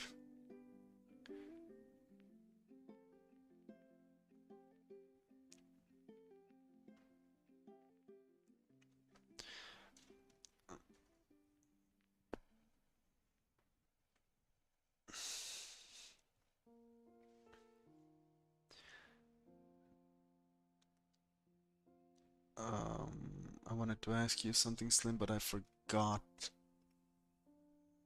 I forgot. It's okay. I'm gonna draw something real quick. Have some fun. It's still not over yet. Oh, it's moving. So yeah, that's my life. Currently, I am in a very good mindset. There come moments in life that try to knock you down. Like I had a few moments this year, rather not too long ago, which tried to hold me back, you know? Um, the first thing, like, I always think about the universe, as in, like, in some sort of a matrix, and people want, this is like some conspiracy theory right now, but this is how I think about it. Every time, okay, scratch that. I'm gonna say it like this.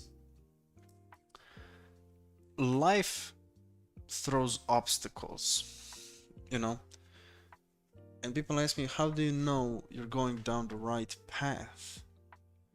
Usually going down the right path means you're gonna run into a lot of problems. And if you just start getting problems, like, I don't know, whatever it is, like me when I'm uploading and some days I don't get as much views as I want to get on on a TikTok or something like that, it just means that something above is trying to hold me back and trying to deter me from like my goal, because it wants to keep me in check. Does it sound sane? Do I sound insane? Maybe. Um, but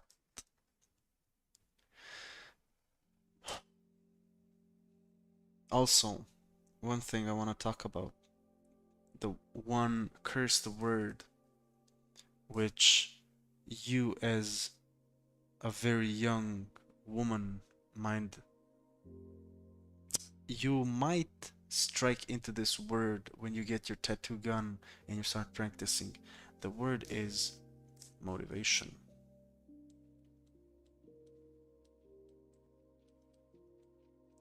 Motivation, young Padawan.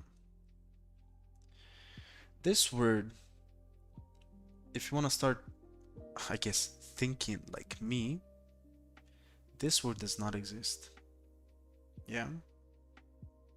Why does it not exist? This word was created by people to have an excuse to be lazy.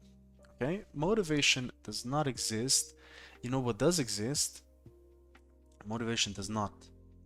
It exists the fact that. Mm, oh, see, I keep repeating myself. Shit. Okay, so you know, it just means how badly you want something. Yeah? And when you get your tattoo gun, girl, don't be hard on yourself. You know? Patience.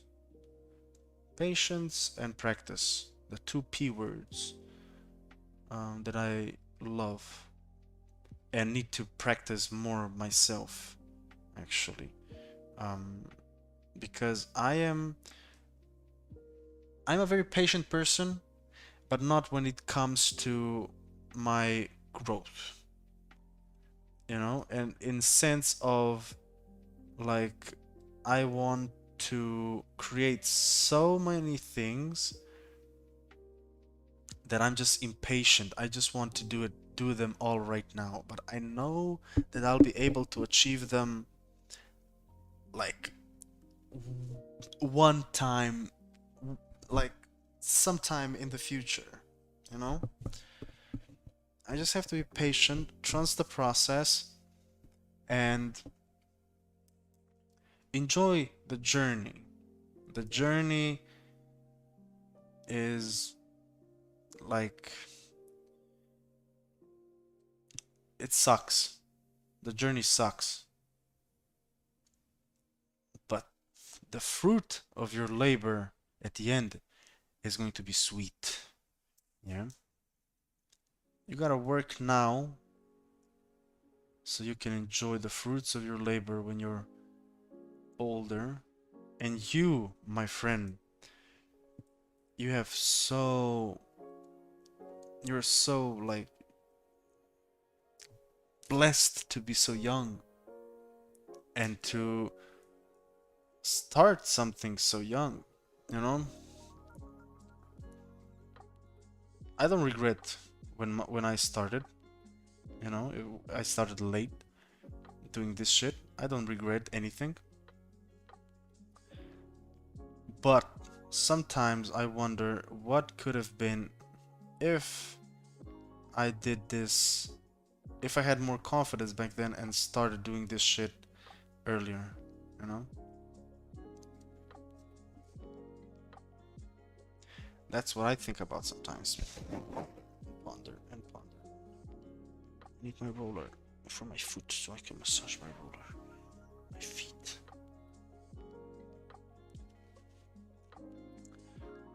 And please just DM me on Insta so I can get your mail or something where I can send you the image when I'm done with it. And also, please notify me when you get your tattoo gun. Only need the best blade soon ever give me because there's just... Yeah. One thing about people, Slim. People, especially what you're gonna learn, um,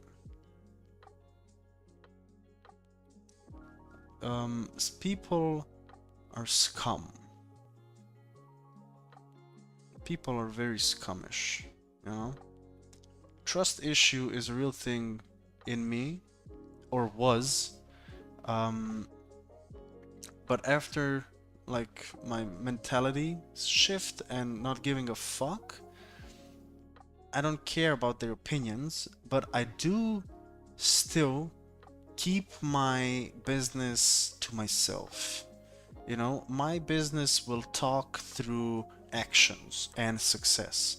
When I succeed, I won't need to talk, you know? I don't talk to people with, like, yeah, I'm a tattoo artist, yeah, I tattoo, yeah, you know? Or I mean, I do sometimes, but I don't talk to them. Yeah, I do post on TikTok daily. I have this and this many followers. No, because people will do whatever it takes to take your success and your achievements away from you.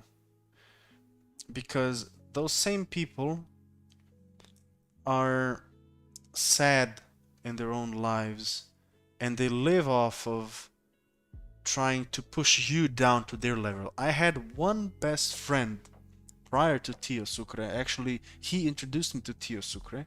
But this one best friend back then, I was his man of honor on his wedding, actually. Um, he was the kind of person, and he still is the kind of person. I don't talk to him anymore. Not that we like got into a fight or anything. We just parted ways in life. You know, shit happens. Fuck. Um, but whenever I would talk about, yeah, I think I'm gonna tattoo, or I'm drawing or trying to post, he would always push me down because he doesn't have the guts to start anything himself, and he's stuck in a dead end job. Um, and he never supported me the way Tio Sucreto supports me. You know, even my own brother never supported me when we were still talking. You know, he would support his, or rather, my ex friend, my ex teammate, who plays for a bigger team right now. He would support him all the time. He would post him on his stories. He would, you know, promote his games, his highlights, his everything. But when it will come to supporting my art or promoting my tattoo business, he would never, and that hurt like hell. So another piece of advice I would give you is count on yourself. Don't expect shit from people, you know? Don't, because you're just gonna get hurt. Even your bestest of friends, like, keep them as your best friends and talk, but don't overshare stuff, unless you really know that person. Like I know Tio Sucre. Um, Other than that, just focus on you, girl. Focus on you. You know what you gotta do, you know? You know, definitely know what you gotta do. And don't let them, like, ruin your party, man. They can talk. Everyone can talk. Let them talk, you know? Your actions will prove them wrong.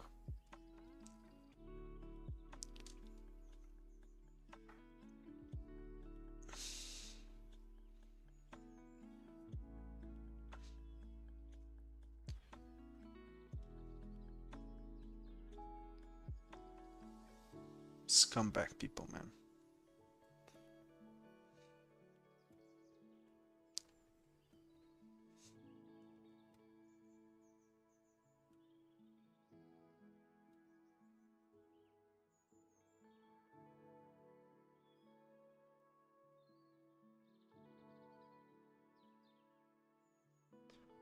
I think I'm gonna end it here, peoples.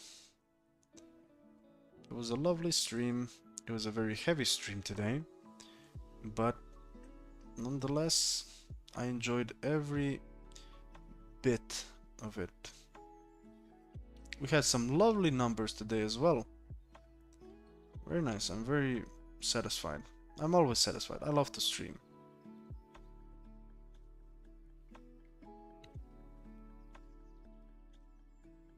I will always be here, Silim. You know where to find me. You can always, if you don't want to comment, but I'm making exception just for you people who are actually, you know, here. Like, I cannot answer messages to everyone. That's unfortunate, but it is what it is. I can help, like, I'm trying to build a community where we can, like, join the stream and just talk about it, and other people talk about it on the stream. Um, but I will do my best to um, to help you with whatever it is, even about tattooing, even about life, any advice. I'm good at giving advice. Um, Anything, you know. I will never do something intentionally to put you down or make you make a bad decision. You know what I'm saying? I'm not an ill-hearted person. My heart is in the right space.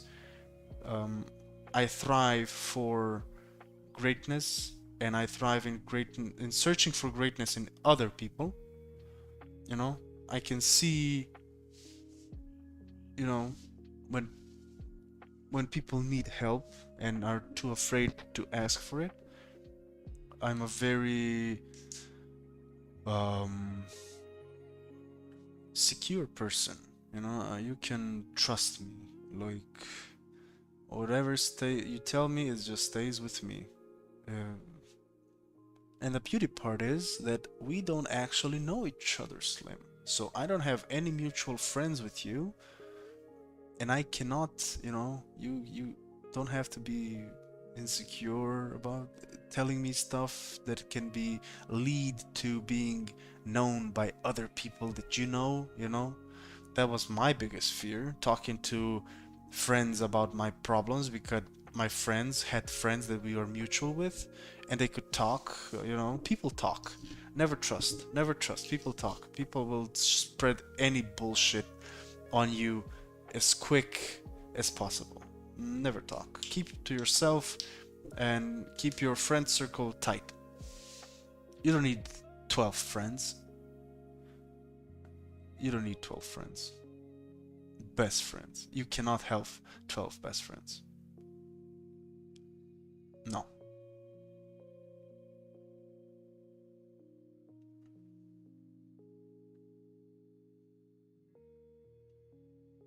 I only have one, and that's Tio. And that's enough. I don't need more. Tio is my brother, my best friend, my right hand man, and that's it. What else do you want? You know? Find a person like that that you can trust and keep them tight. Hold them tight. Never let go. The true ones stay through your struggles. Tio, Tio stayed through all of my struggles, and he's still here even during my struggles. You know. While my ex, for example, she didn't want to acknowledge my struggles, even with my personal life. Nonetheless, the business side of my life. Tio, don't cry. I mean, you can cry. I love you. Anyways, I gotta poop and I gotta go. It's been a lovely stream. I enjoyed every part of it. This today was actual relaxation, you know, some ASMR shit. Thank you, brother. I promise that I'll make it and we will both reap the fruits of our labor.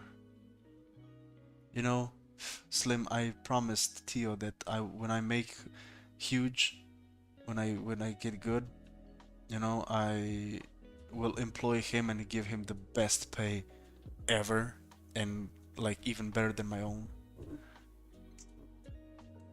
And yeah, he's counting on me. One of the people that's actually counting on my success, and I am driven by it every day. And I strive for achieving that goal. Yeah, it's worth it. Worth every late night, early morning, every post, every stream, every drawing, every struggle. It's worth it. It's all worth it. And I'm definitely gonna make it. I'm gonna make it huge. Just you wait.